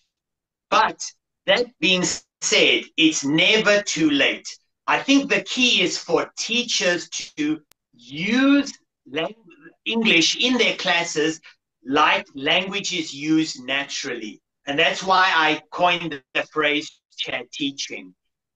Most of your time in your day is just chatting to people. You chat to your parents, you chat to your children, you chat to your friends. In the classroom, especially with older students, if you chat to them, the person is chatting to me. And that is very, very useful for older students. They really relate to that. Instead of the teacher saying, do this, memorize this, the teacher will ask them questions saying, well, what do you think? Do you like to do this? I'm interested in you as a person, not as a student. And that will really make them feel, oh, okay, then I can also share what I feel with the class or with my teacher. And that's very, very important. But still, I'd like to emphasize the basics, the fundamentals must come first. And that's why we can only start with the younger learners, unfortunately. Today are secondary and high school teachers. So they are curious about how to apply this one. And thank you for your answer. You just showed up. I think even for higher, like secondary student or high school student, you can always start. Then later on, they're just memorizing the word. They don't know how to form the word. They have no ideas of what IPA stand for. They cannot read the phonics word. And not until later in the education, they start figure out how to read the word in dictionary. Now they see the phonics word, the IPA, and they know how to read it. And as a result, even the word that they have never met before, they have never seen in their life in any situation, but when they can still guess how to read the word, and as a result, their reading skill will improve. So in this sharing, Greg have just shared with you the fundamental, the very strong foundation that we need to develop for students, no matter what their age is, whether they are younger student, what their age is, whether they are younger student, secondary student, or even high school student. They can always start doing that. It's never secondary student, or even high school student. They can always start doing that. It's never late. Older students, because they are older, you can actually teach them much faster. So, for example, in my class, in one class, I might teach one letter. For older students, you could teach them 7 or 8 letters very, very quickly. But it's very important that they understand the concept that the sound of the letter is much more important than the name of the letter. So spelling the word is actually not useful at all. But sorry, this is the letter S, but the letter S represents the sound. So even if you have older students, most of them probably are not very positive towards English because they've had those layers. So once you start to teach them, say, okay, I'm going to show you something different. And again, many teachers assume that their middle school students understand that the sounds create the word, but it's not true. Most of the students don't understand that. So if you take a little bit of time, 5 minutes of every class, say, okay, I'm going to be teaching you the sounds that these letters represent and how the older students learn very quickly. And once they understand the concept, they can start to grow very fast. Thank you, Mr. Greg. I have a few more questions. They are mentioned. It's still on the same concerning for secondary and high school students. Let me share with you this idea. For the, I don't know for other publishers, but for DTV teaching materials, we prepare everything for you. So even for higher level of students, secondary student and high school student, usually we when we introduce the word, Greg had mentioned earlier, presentation, practice, and production. So we present the word, including the name and the sounds of that word. So we usually introduce the name of the word with the IPA, the spelling, not the spelling of the word, but the pronunciation of the word. They are able to know the IPA system, how to pronounce them, like the letter P sound. And then later on, when they look, sometime when they are learning, and I'm sure it will happen for all students when they start learning on their journey, they cannot know all the names of the English word, but now they can develop the self-study skill. They look at the dictionary, they know how to read the word. They know how to read the IPAs. And then as a result, they can read. And even for, reading longer text, we have sight word, we have phonics word. Decodable words, yeah. Yeah, very young age and up to, high level, even adult. You can Forever, always yes, consider these adult. strategies, Yeah. right? Yeah. Yeah. One thing I want to caution, about and actually explain the difference between phonics and IPA, right? Phonics is natural, the natural letter sound combination. And so that's why native speakers in Western English speaking countries, children begin with phonics. Actually, native speakers do not learn IPA because we don't need to. We use phonics. So what I would recommend is if you are teaching secondary or older students, IPA should not be the first tool that you use. The first tool should be phonics. And that's why I recommend teachers, even though you are secondary and high school teachers, teach them these sounds. Teach them explicitly. Take your flashcards and say, this is the letter S. S says, first let them use phonics. That's the first step. If they cannot solve it, then they should use IPA. Because the reason why I say that is if you want to teach them the IPA symbols, then that just doubles the students' load because they have to learn the alphabet and then IPA, and then they go from the IPA to the word. If you use phonics, you go from phonics directly to the word and not use a third step. Do you see what I mean? And if they rely on IPA, when they are reading and there's no IPA in the text, they will get stuck. So that's why we don't recommend the teaching of IPA. So for example, in an ideal situation, children in primary school, grades 1, 2, 3, and 4, they learn phonics, the whole system. Then in grade maybe 5 or 6, they just learn the symbols of the IPA.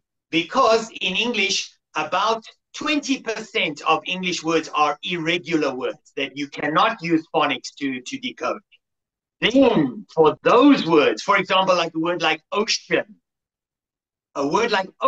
we can use IPA to try and fit. But most 80% of the word, we must just use phonics because that's more efficient instead of having to look up the IPA. So again, even for older students, secondary, junior high school, and I would recommend teachers go to phonics first. Go through the whole system. okay, and then teach them the IPA. If they rely on the IPA, that will become a weakness for them. They will rely on it. Where's the IPA? Where's that? But if they use phonics, we call it a word attack skill. When I come to a new word, no problem. I just use my phonics to attack it and sound it out. And who knows, maybe the sound is already in my auditory library. As I sound it out, oh, now I know this is what it looks like. You see what I mean? So don't emphasize IPA too much. That's only there in the case of those 20% words that are not decodable using phonics. In an ideal situation.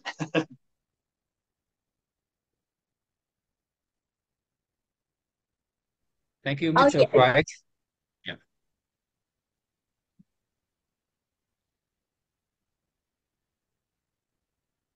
Okay, Are there any other questions? Mr. Frick, can you see any questions? Other questions here? I think that's enough, and we move to the second section. We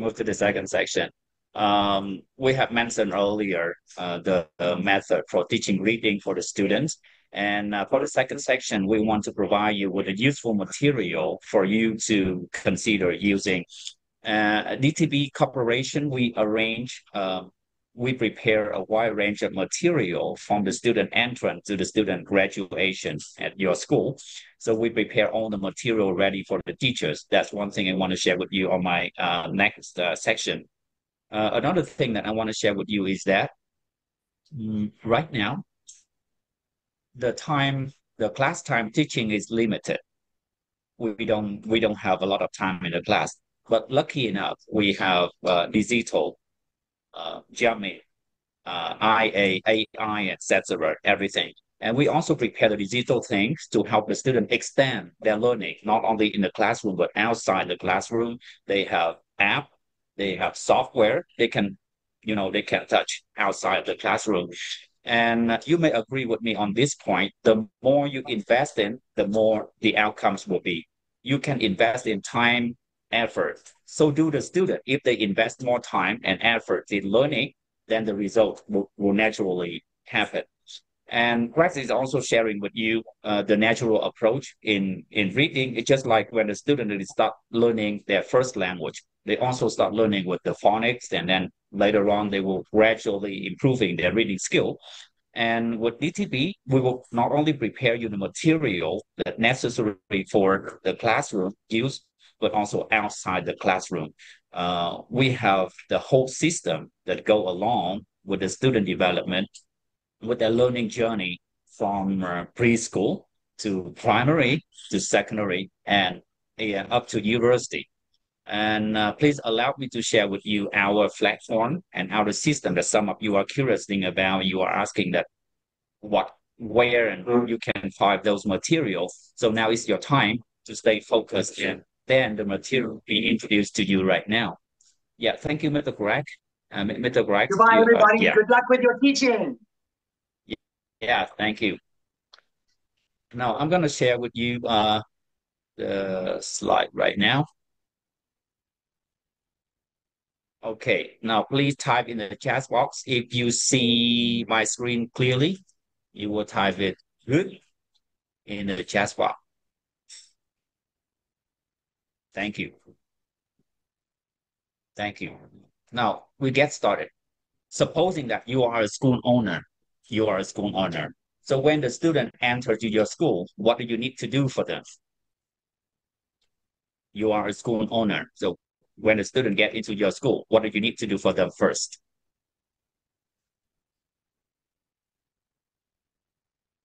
Thank you. Thank you, Miss Juan. Yeah, we need a placement test, right? Because you need to know where their abilities are, how good they are in English. So of course, you need a placement test for them. And then after the placement test, to see where their learning ability is, what will be the next step?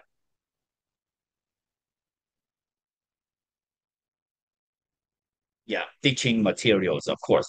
So when the student enter to your school, when they enter into your school, you need to know who they are, how good their English is by providing them a placement test. And that placement test will tell you that where your student is. And then after that, you need to provide them the right material for them to study. The materials is not only for classroom use, but also outside the classroom. And for outside the classroom, what do you need? Of course, you need another helping hand, that digital platform. And then after that, after they study with you, you provide them the right material. And then what will be the final step for the student before they graduate from your school?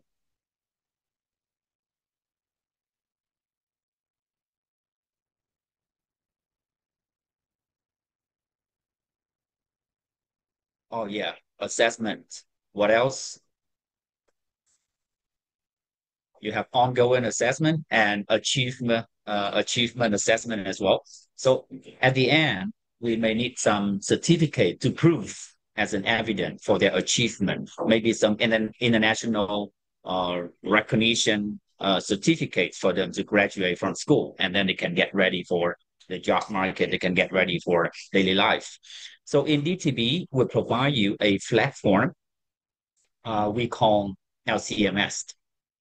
And this LCMS will go along with your teaching journey, as if whether you are a teacher or an educational system.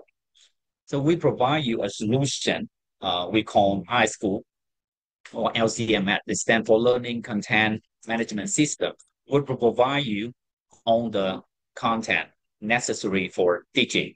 So first of all, when the student enter to your school, we'll provide you with a placement test. Would take roughly 40 minutes up to 1 hour. And after taking the placement test, you will know whether your student are. And then we'll provide you English course books and practice test material that go along with the English course book from preschool, K1, K2, K3 to primary, to secondary, high school, and adult.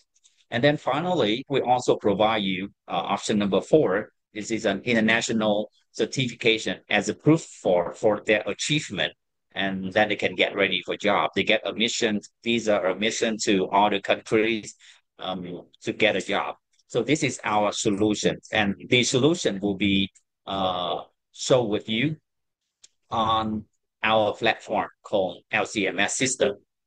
So with our LCMS system, we will have an admin, an account for the school, account for teachers, account for students, and you can log in anywhere and anytime to study. As I mentioned earlier, we know that one of the barriers we have for students is that we don't have enough time in the classroom. You may have like 100 teaching hours per school year, maybe more than that. But the student also need to study outside the classroom as well. And when they go outside the classroom, we need a platform. We need something to help them to study in a more engaging way. So LCNF is a solution for that. The student can log in our system to study outside the classroom. And let me share with you the materials we have. This is for primary student. We have 3 new series that go with digital things. The first new series we have is Let's Shine. And the second one we have English with Mercy and Story Central. That's the 3 new series we have. Here's the academic information for you to have a look at.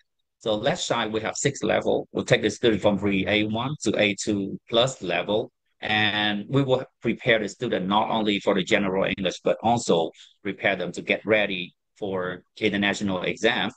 And we have a lot of teaching materials on this column. I will share with you the components. So this is the teaching material, the teaching and learning material we have for students. Let's go on our website, LCMS. I'm going to show you later on. And then we have another series for your options, English with Mercy. This is quite the famous cartoon from BBC. They have a whole series, and this cartoon is well known international. And they turn those cartoon series into an English course book, teaching various languages, including English. And this book, again, is also focused on um, preparing general English, communicative English for the student, and also ready for exam. But they use video-based learning. There's a lot of videos based on this famous cartoon series, and then they develop a lesson for the student. And of course, like Greg mentioned earlier, we have usually for early level, they would start introducing phonics for the student, and then later on developing the content needed for communicative and exams. Another series we have is Story Essentials. This is for primary. Story Essentials, they will based on reading.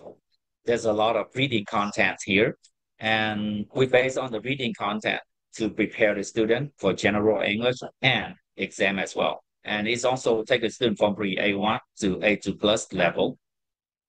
We also have a lot of useful teaching materials that I'm going to show you later on our platform, LCMS. Now we move to secondary.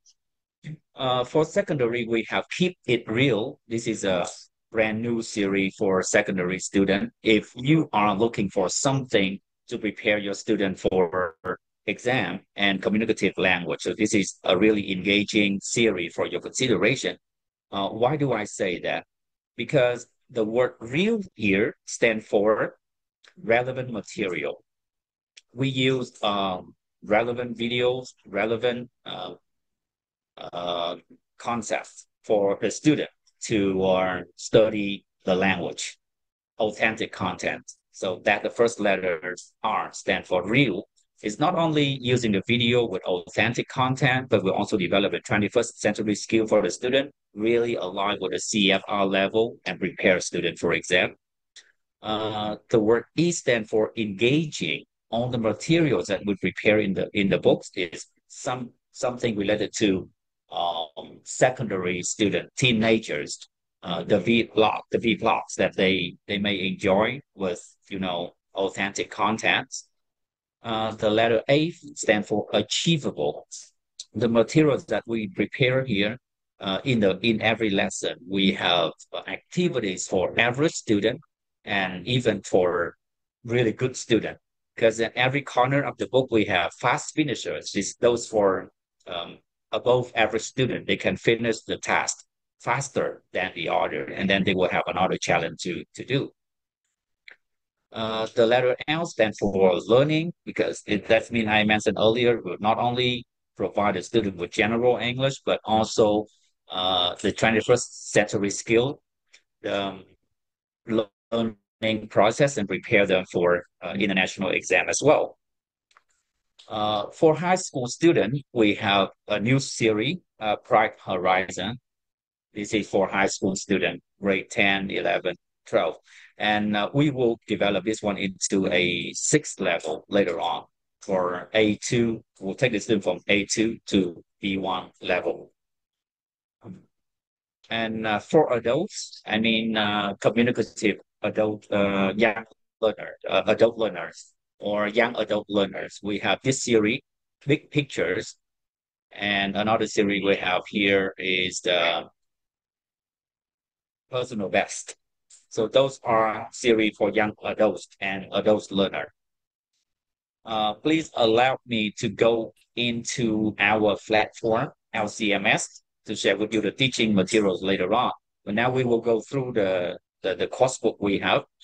Another course book for young adults and adults are C21st.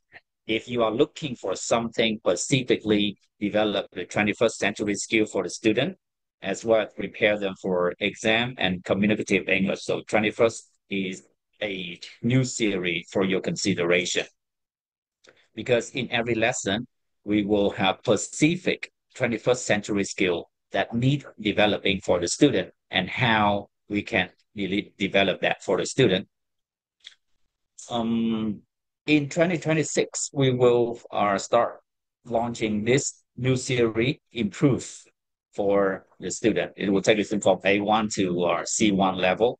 It's also for young adults and adults.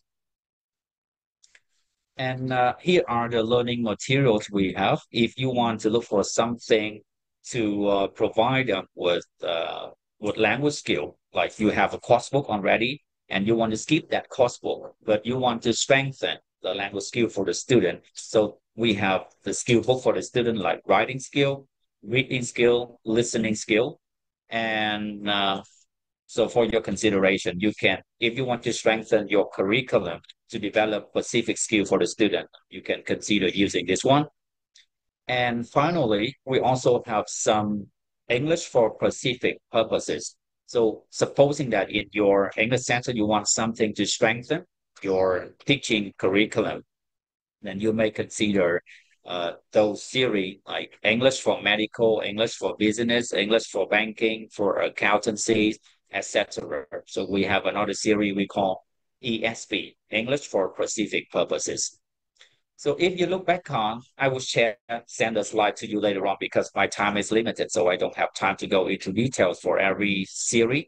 But in general, I want to share with you one thing. We have material from preschool up to university student and even some English for specific purposes as well.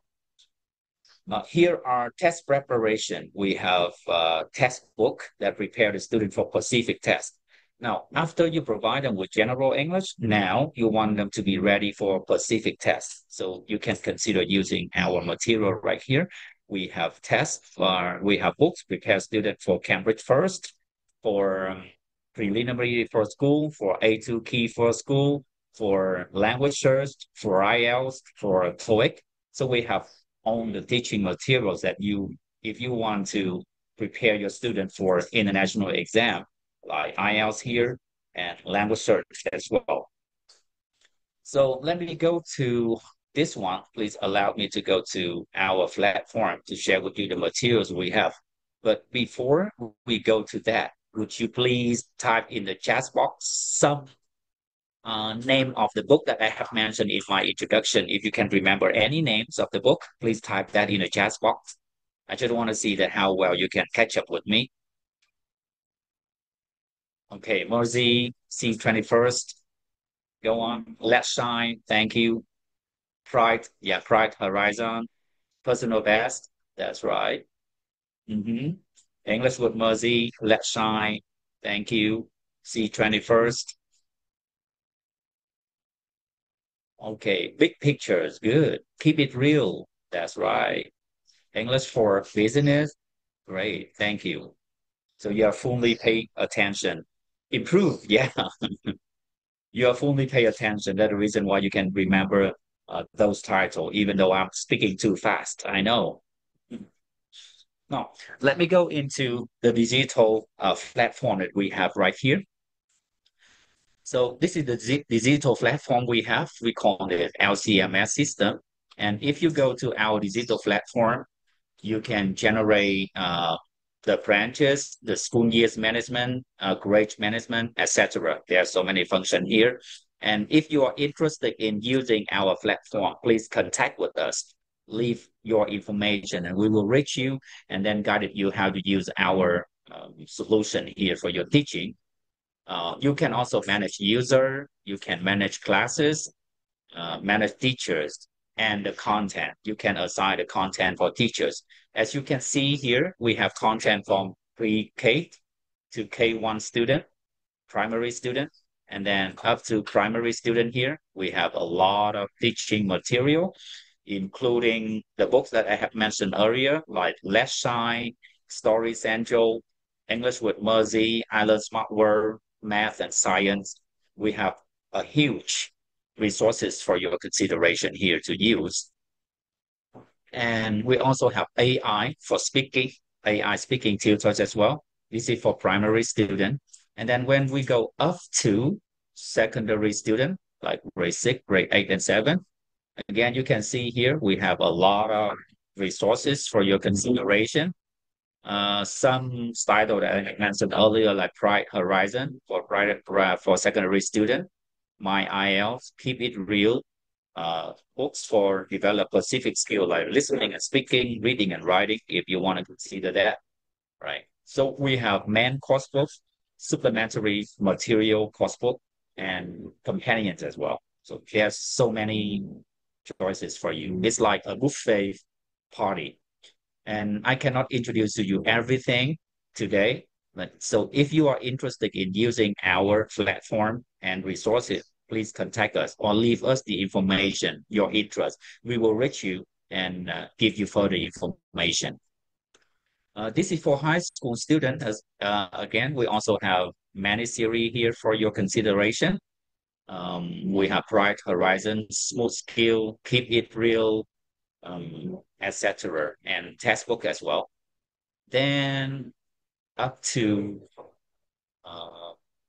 university level, we have C21st, we have personal best, we have my IELTS, big pictures, everything here, right? So we have a lot of teaching materials. So let me share with you something in common. I will start with the series left side here. Now, if you use our platform right here, when you go to the book, when you go to the series, wait a minute. Okay.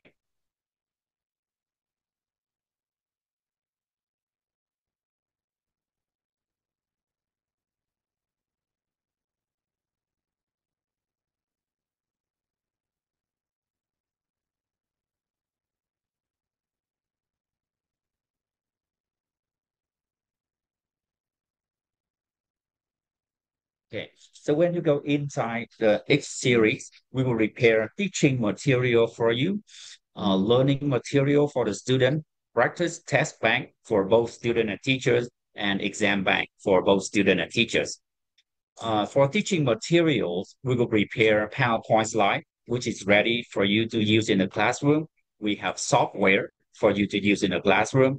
We have extra worksheet in case you want, extra activities for the student, teacher's book, audio books, and etc. flashcard. So we have everything ready for the teachers to use in the classroom. And for students, there's learning material. We have software for students to practice at home. I mean, outside the classroom, this can be anywhere. They can, even log in a coffee shop when they are hanging out with their parents, and they can log in into our system and study there. Let's go with reading content as well. And then finally, we have practice test bank for the student. Now, before I go into this one, supposing that you are conducting a unit test using a paper-based test format, what do you have to prepare for your student? Can you share with me the common tasks that you have to do in the classroom if you want your student to get ready for exam using the paper-based?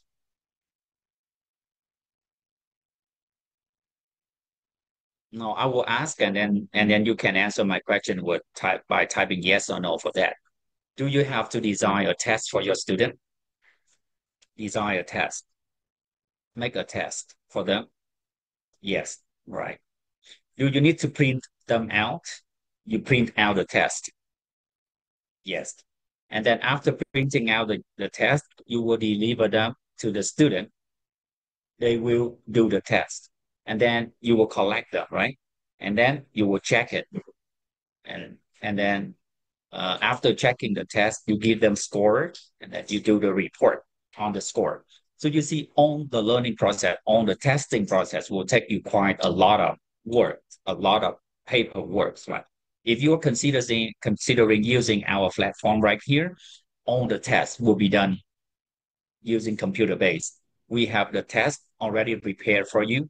Whatever the series that you are using from us, Let's Shine, English with Mercy, Story Central, Keep It Real, whatever the series that you consider using from us, and whatever the level that you are using, like big pictures or personal best, we prepare the test for you already using computer-based.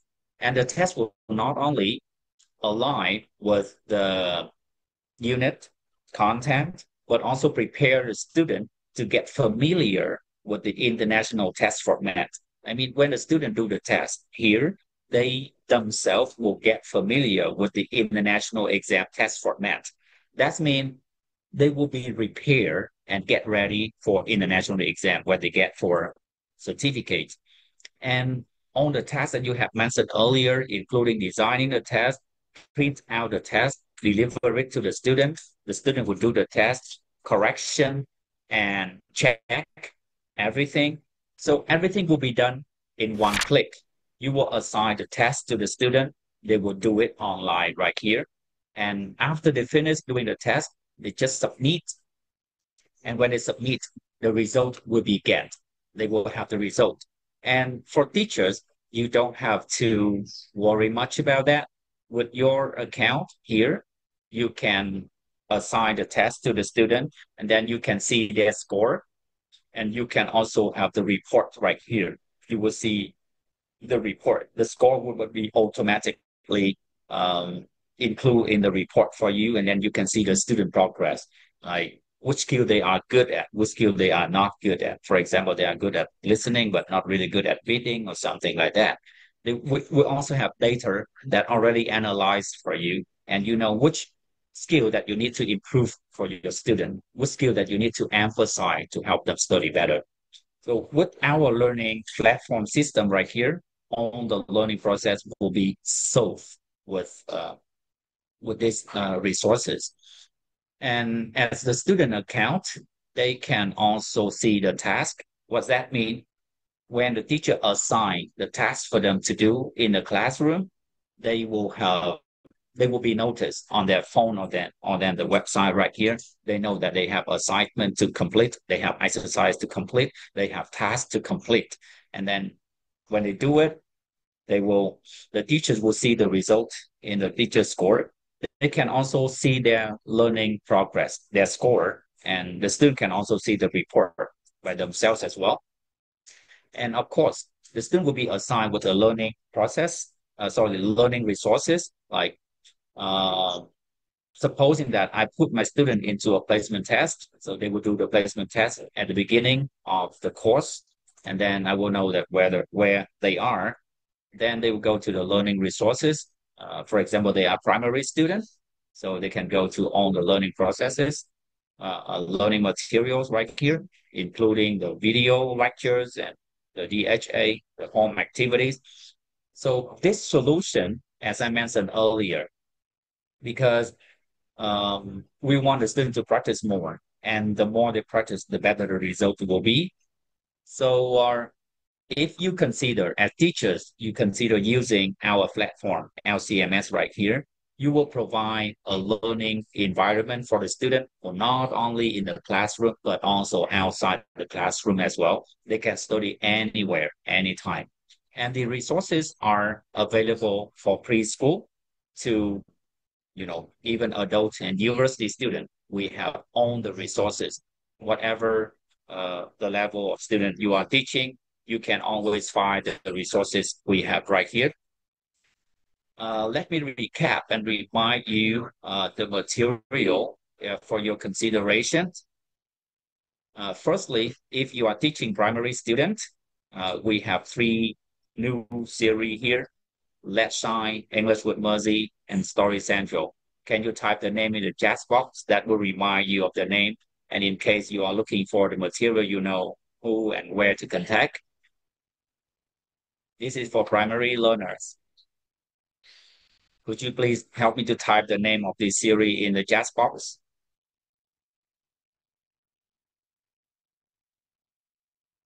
Okay.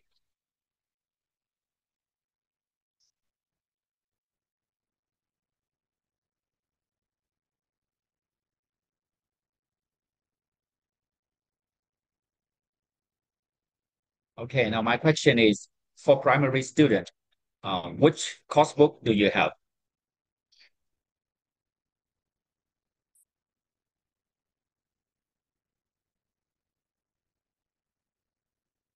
Please type the name. Okay, English with Mercy, Let's Shine, and Story Central. That's right. I just wanted to keep in mind those theory. Right? Now, for secondary learners,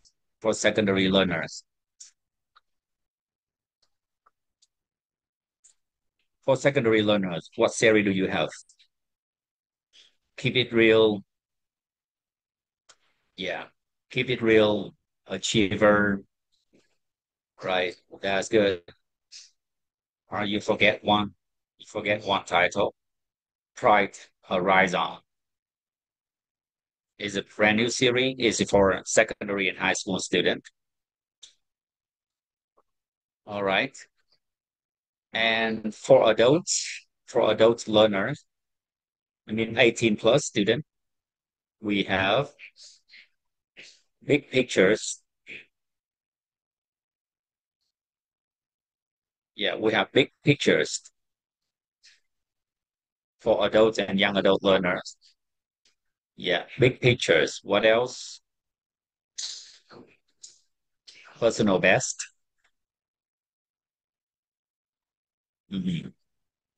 And C, 21st. Right. Those series is for adult learners. And in 2026, we'll have a new series, Improve. Improve your English. Will be ready in 2026. And then we have skills book. If you want to teach reading, listening, or writing skill, we have Pacific skill book that can go along with the course book as a supplementary material to strengthen the skill for the student. And we have ESL book, English for Pacific purposes. And if you use our book, and if you use our series right here, ETB series right here, it will go with a platform we call LCMS system. The platform will give you all the contents for teaching and learning. If you use our contents right here, the LCMS system, so what can you do? Let me go into the platform right here as a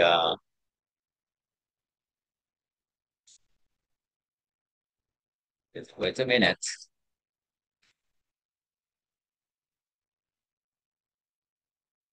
No, if you go to our, if you consider using our platform, the LCMS system, at the school, you can manage the calendars, the teaching schedule, the content, the result, the teachers, the classes, the branches. So you can manage so many things here.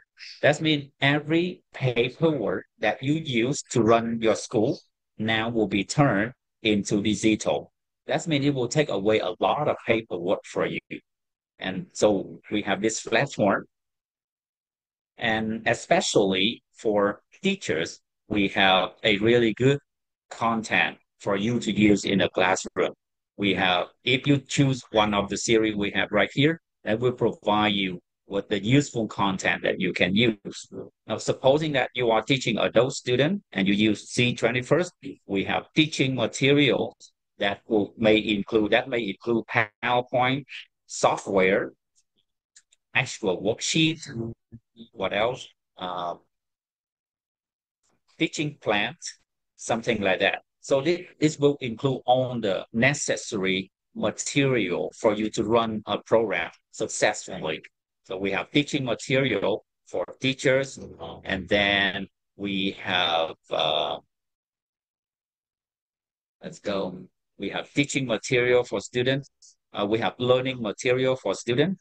Those material will help the student to study outside the classroom. And then we also have the content material, the practice material for both teachers and students. You will turn every test into computer-based instead of you doing, paper-based that take a lot of time, preparation time, a lot of paperwork for you as well. So in short, if you are interested in the LCMS system, so you can leave a message here for us. If you are interested in our content, our material, and the LCMS system, please leave a message on the chat box, and then we will follow you later on with the system and with the material. Yeah, just leave a message there, and our later on for more information, because with the time limitation for today's workshop, I cannot share with you all the functions and all the information needed for this one.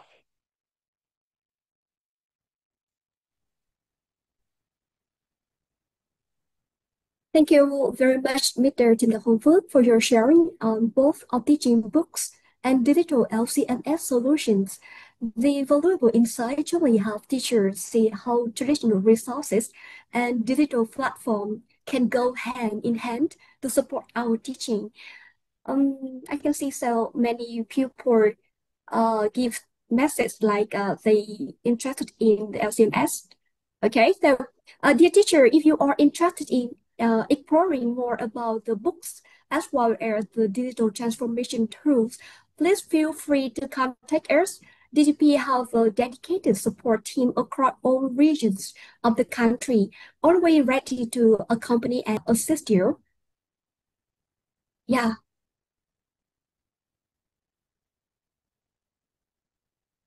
Well, I have really long messages from Mr. Rosami. Wow. I want to express. Okay.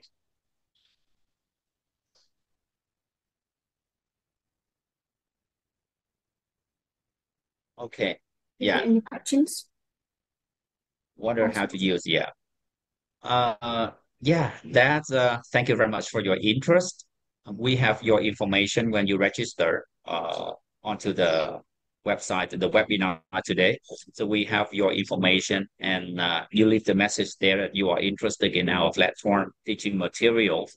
So we will reach you later on and guide you in details. We will work with you in details later on that whether which course book that you are interested in, and we will also show you how to use our system. As I mentioned earlier, the system that we prepare here is for you as teachers because we want to make your teaching easier. We want to take away the burden that you are having on your shoulder, preparing the material, choosing the right material for your student, so to achieve useful teaching tips for you to apply in the classroom later for your career development as well. And we will continue having those kind of workshops in the future. Directly via your registered email. This webinar is being live streamed on Zoom, Facebook, and YouTube.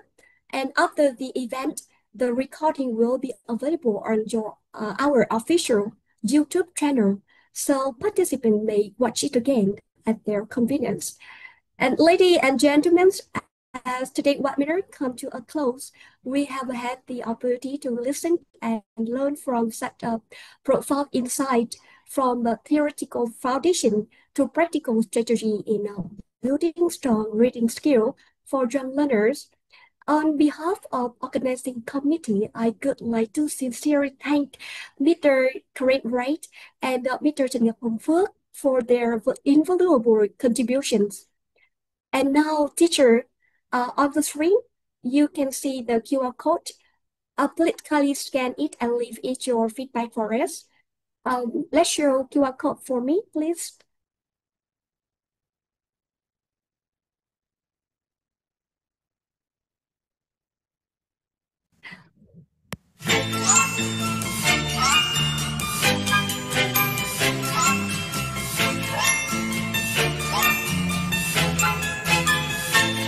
Can you turn down the music, please?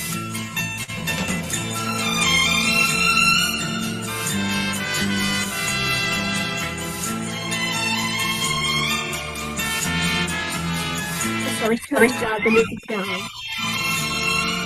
Show the QR code, I think.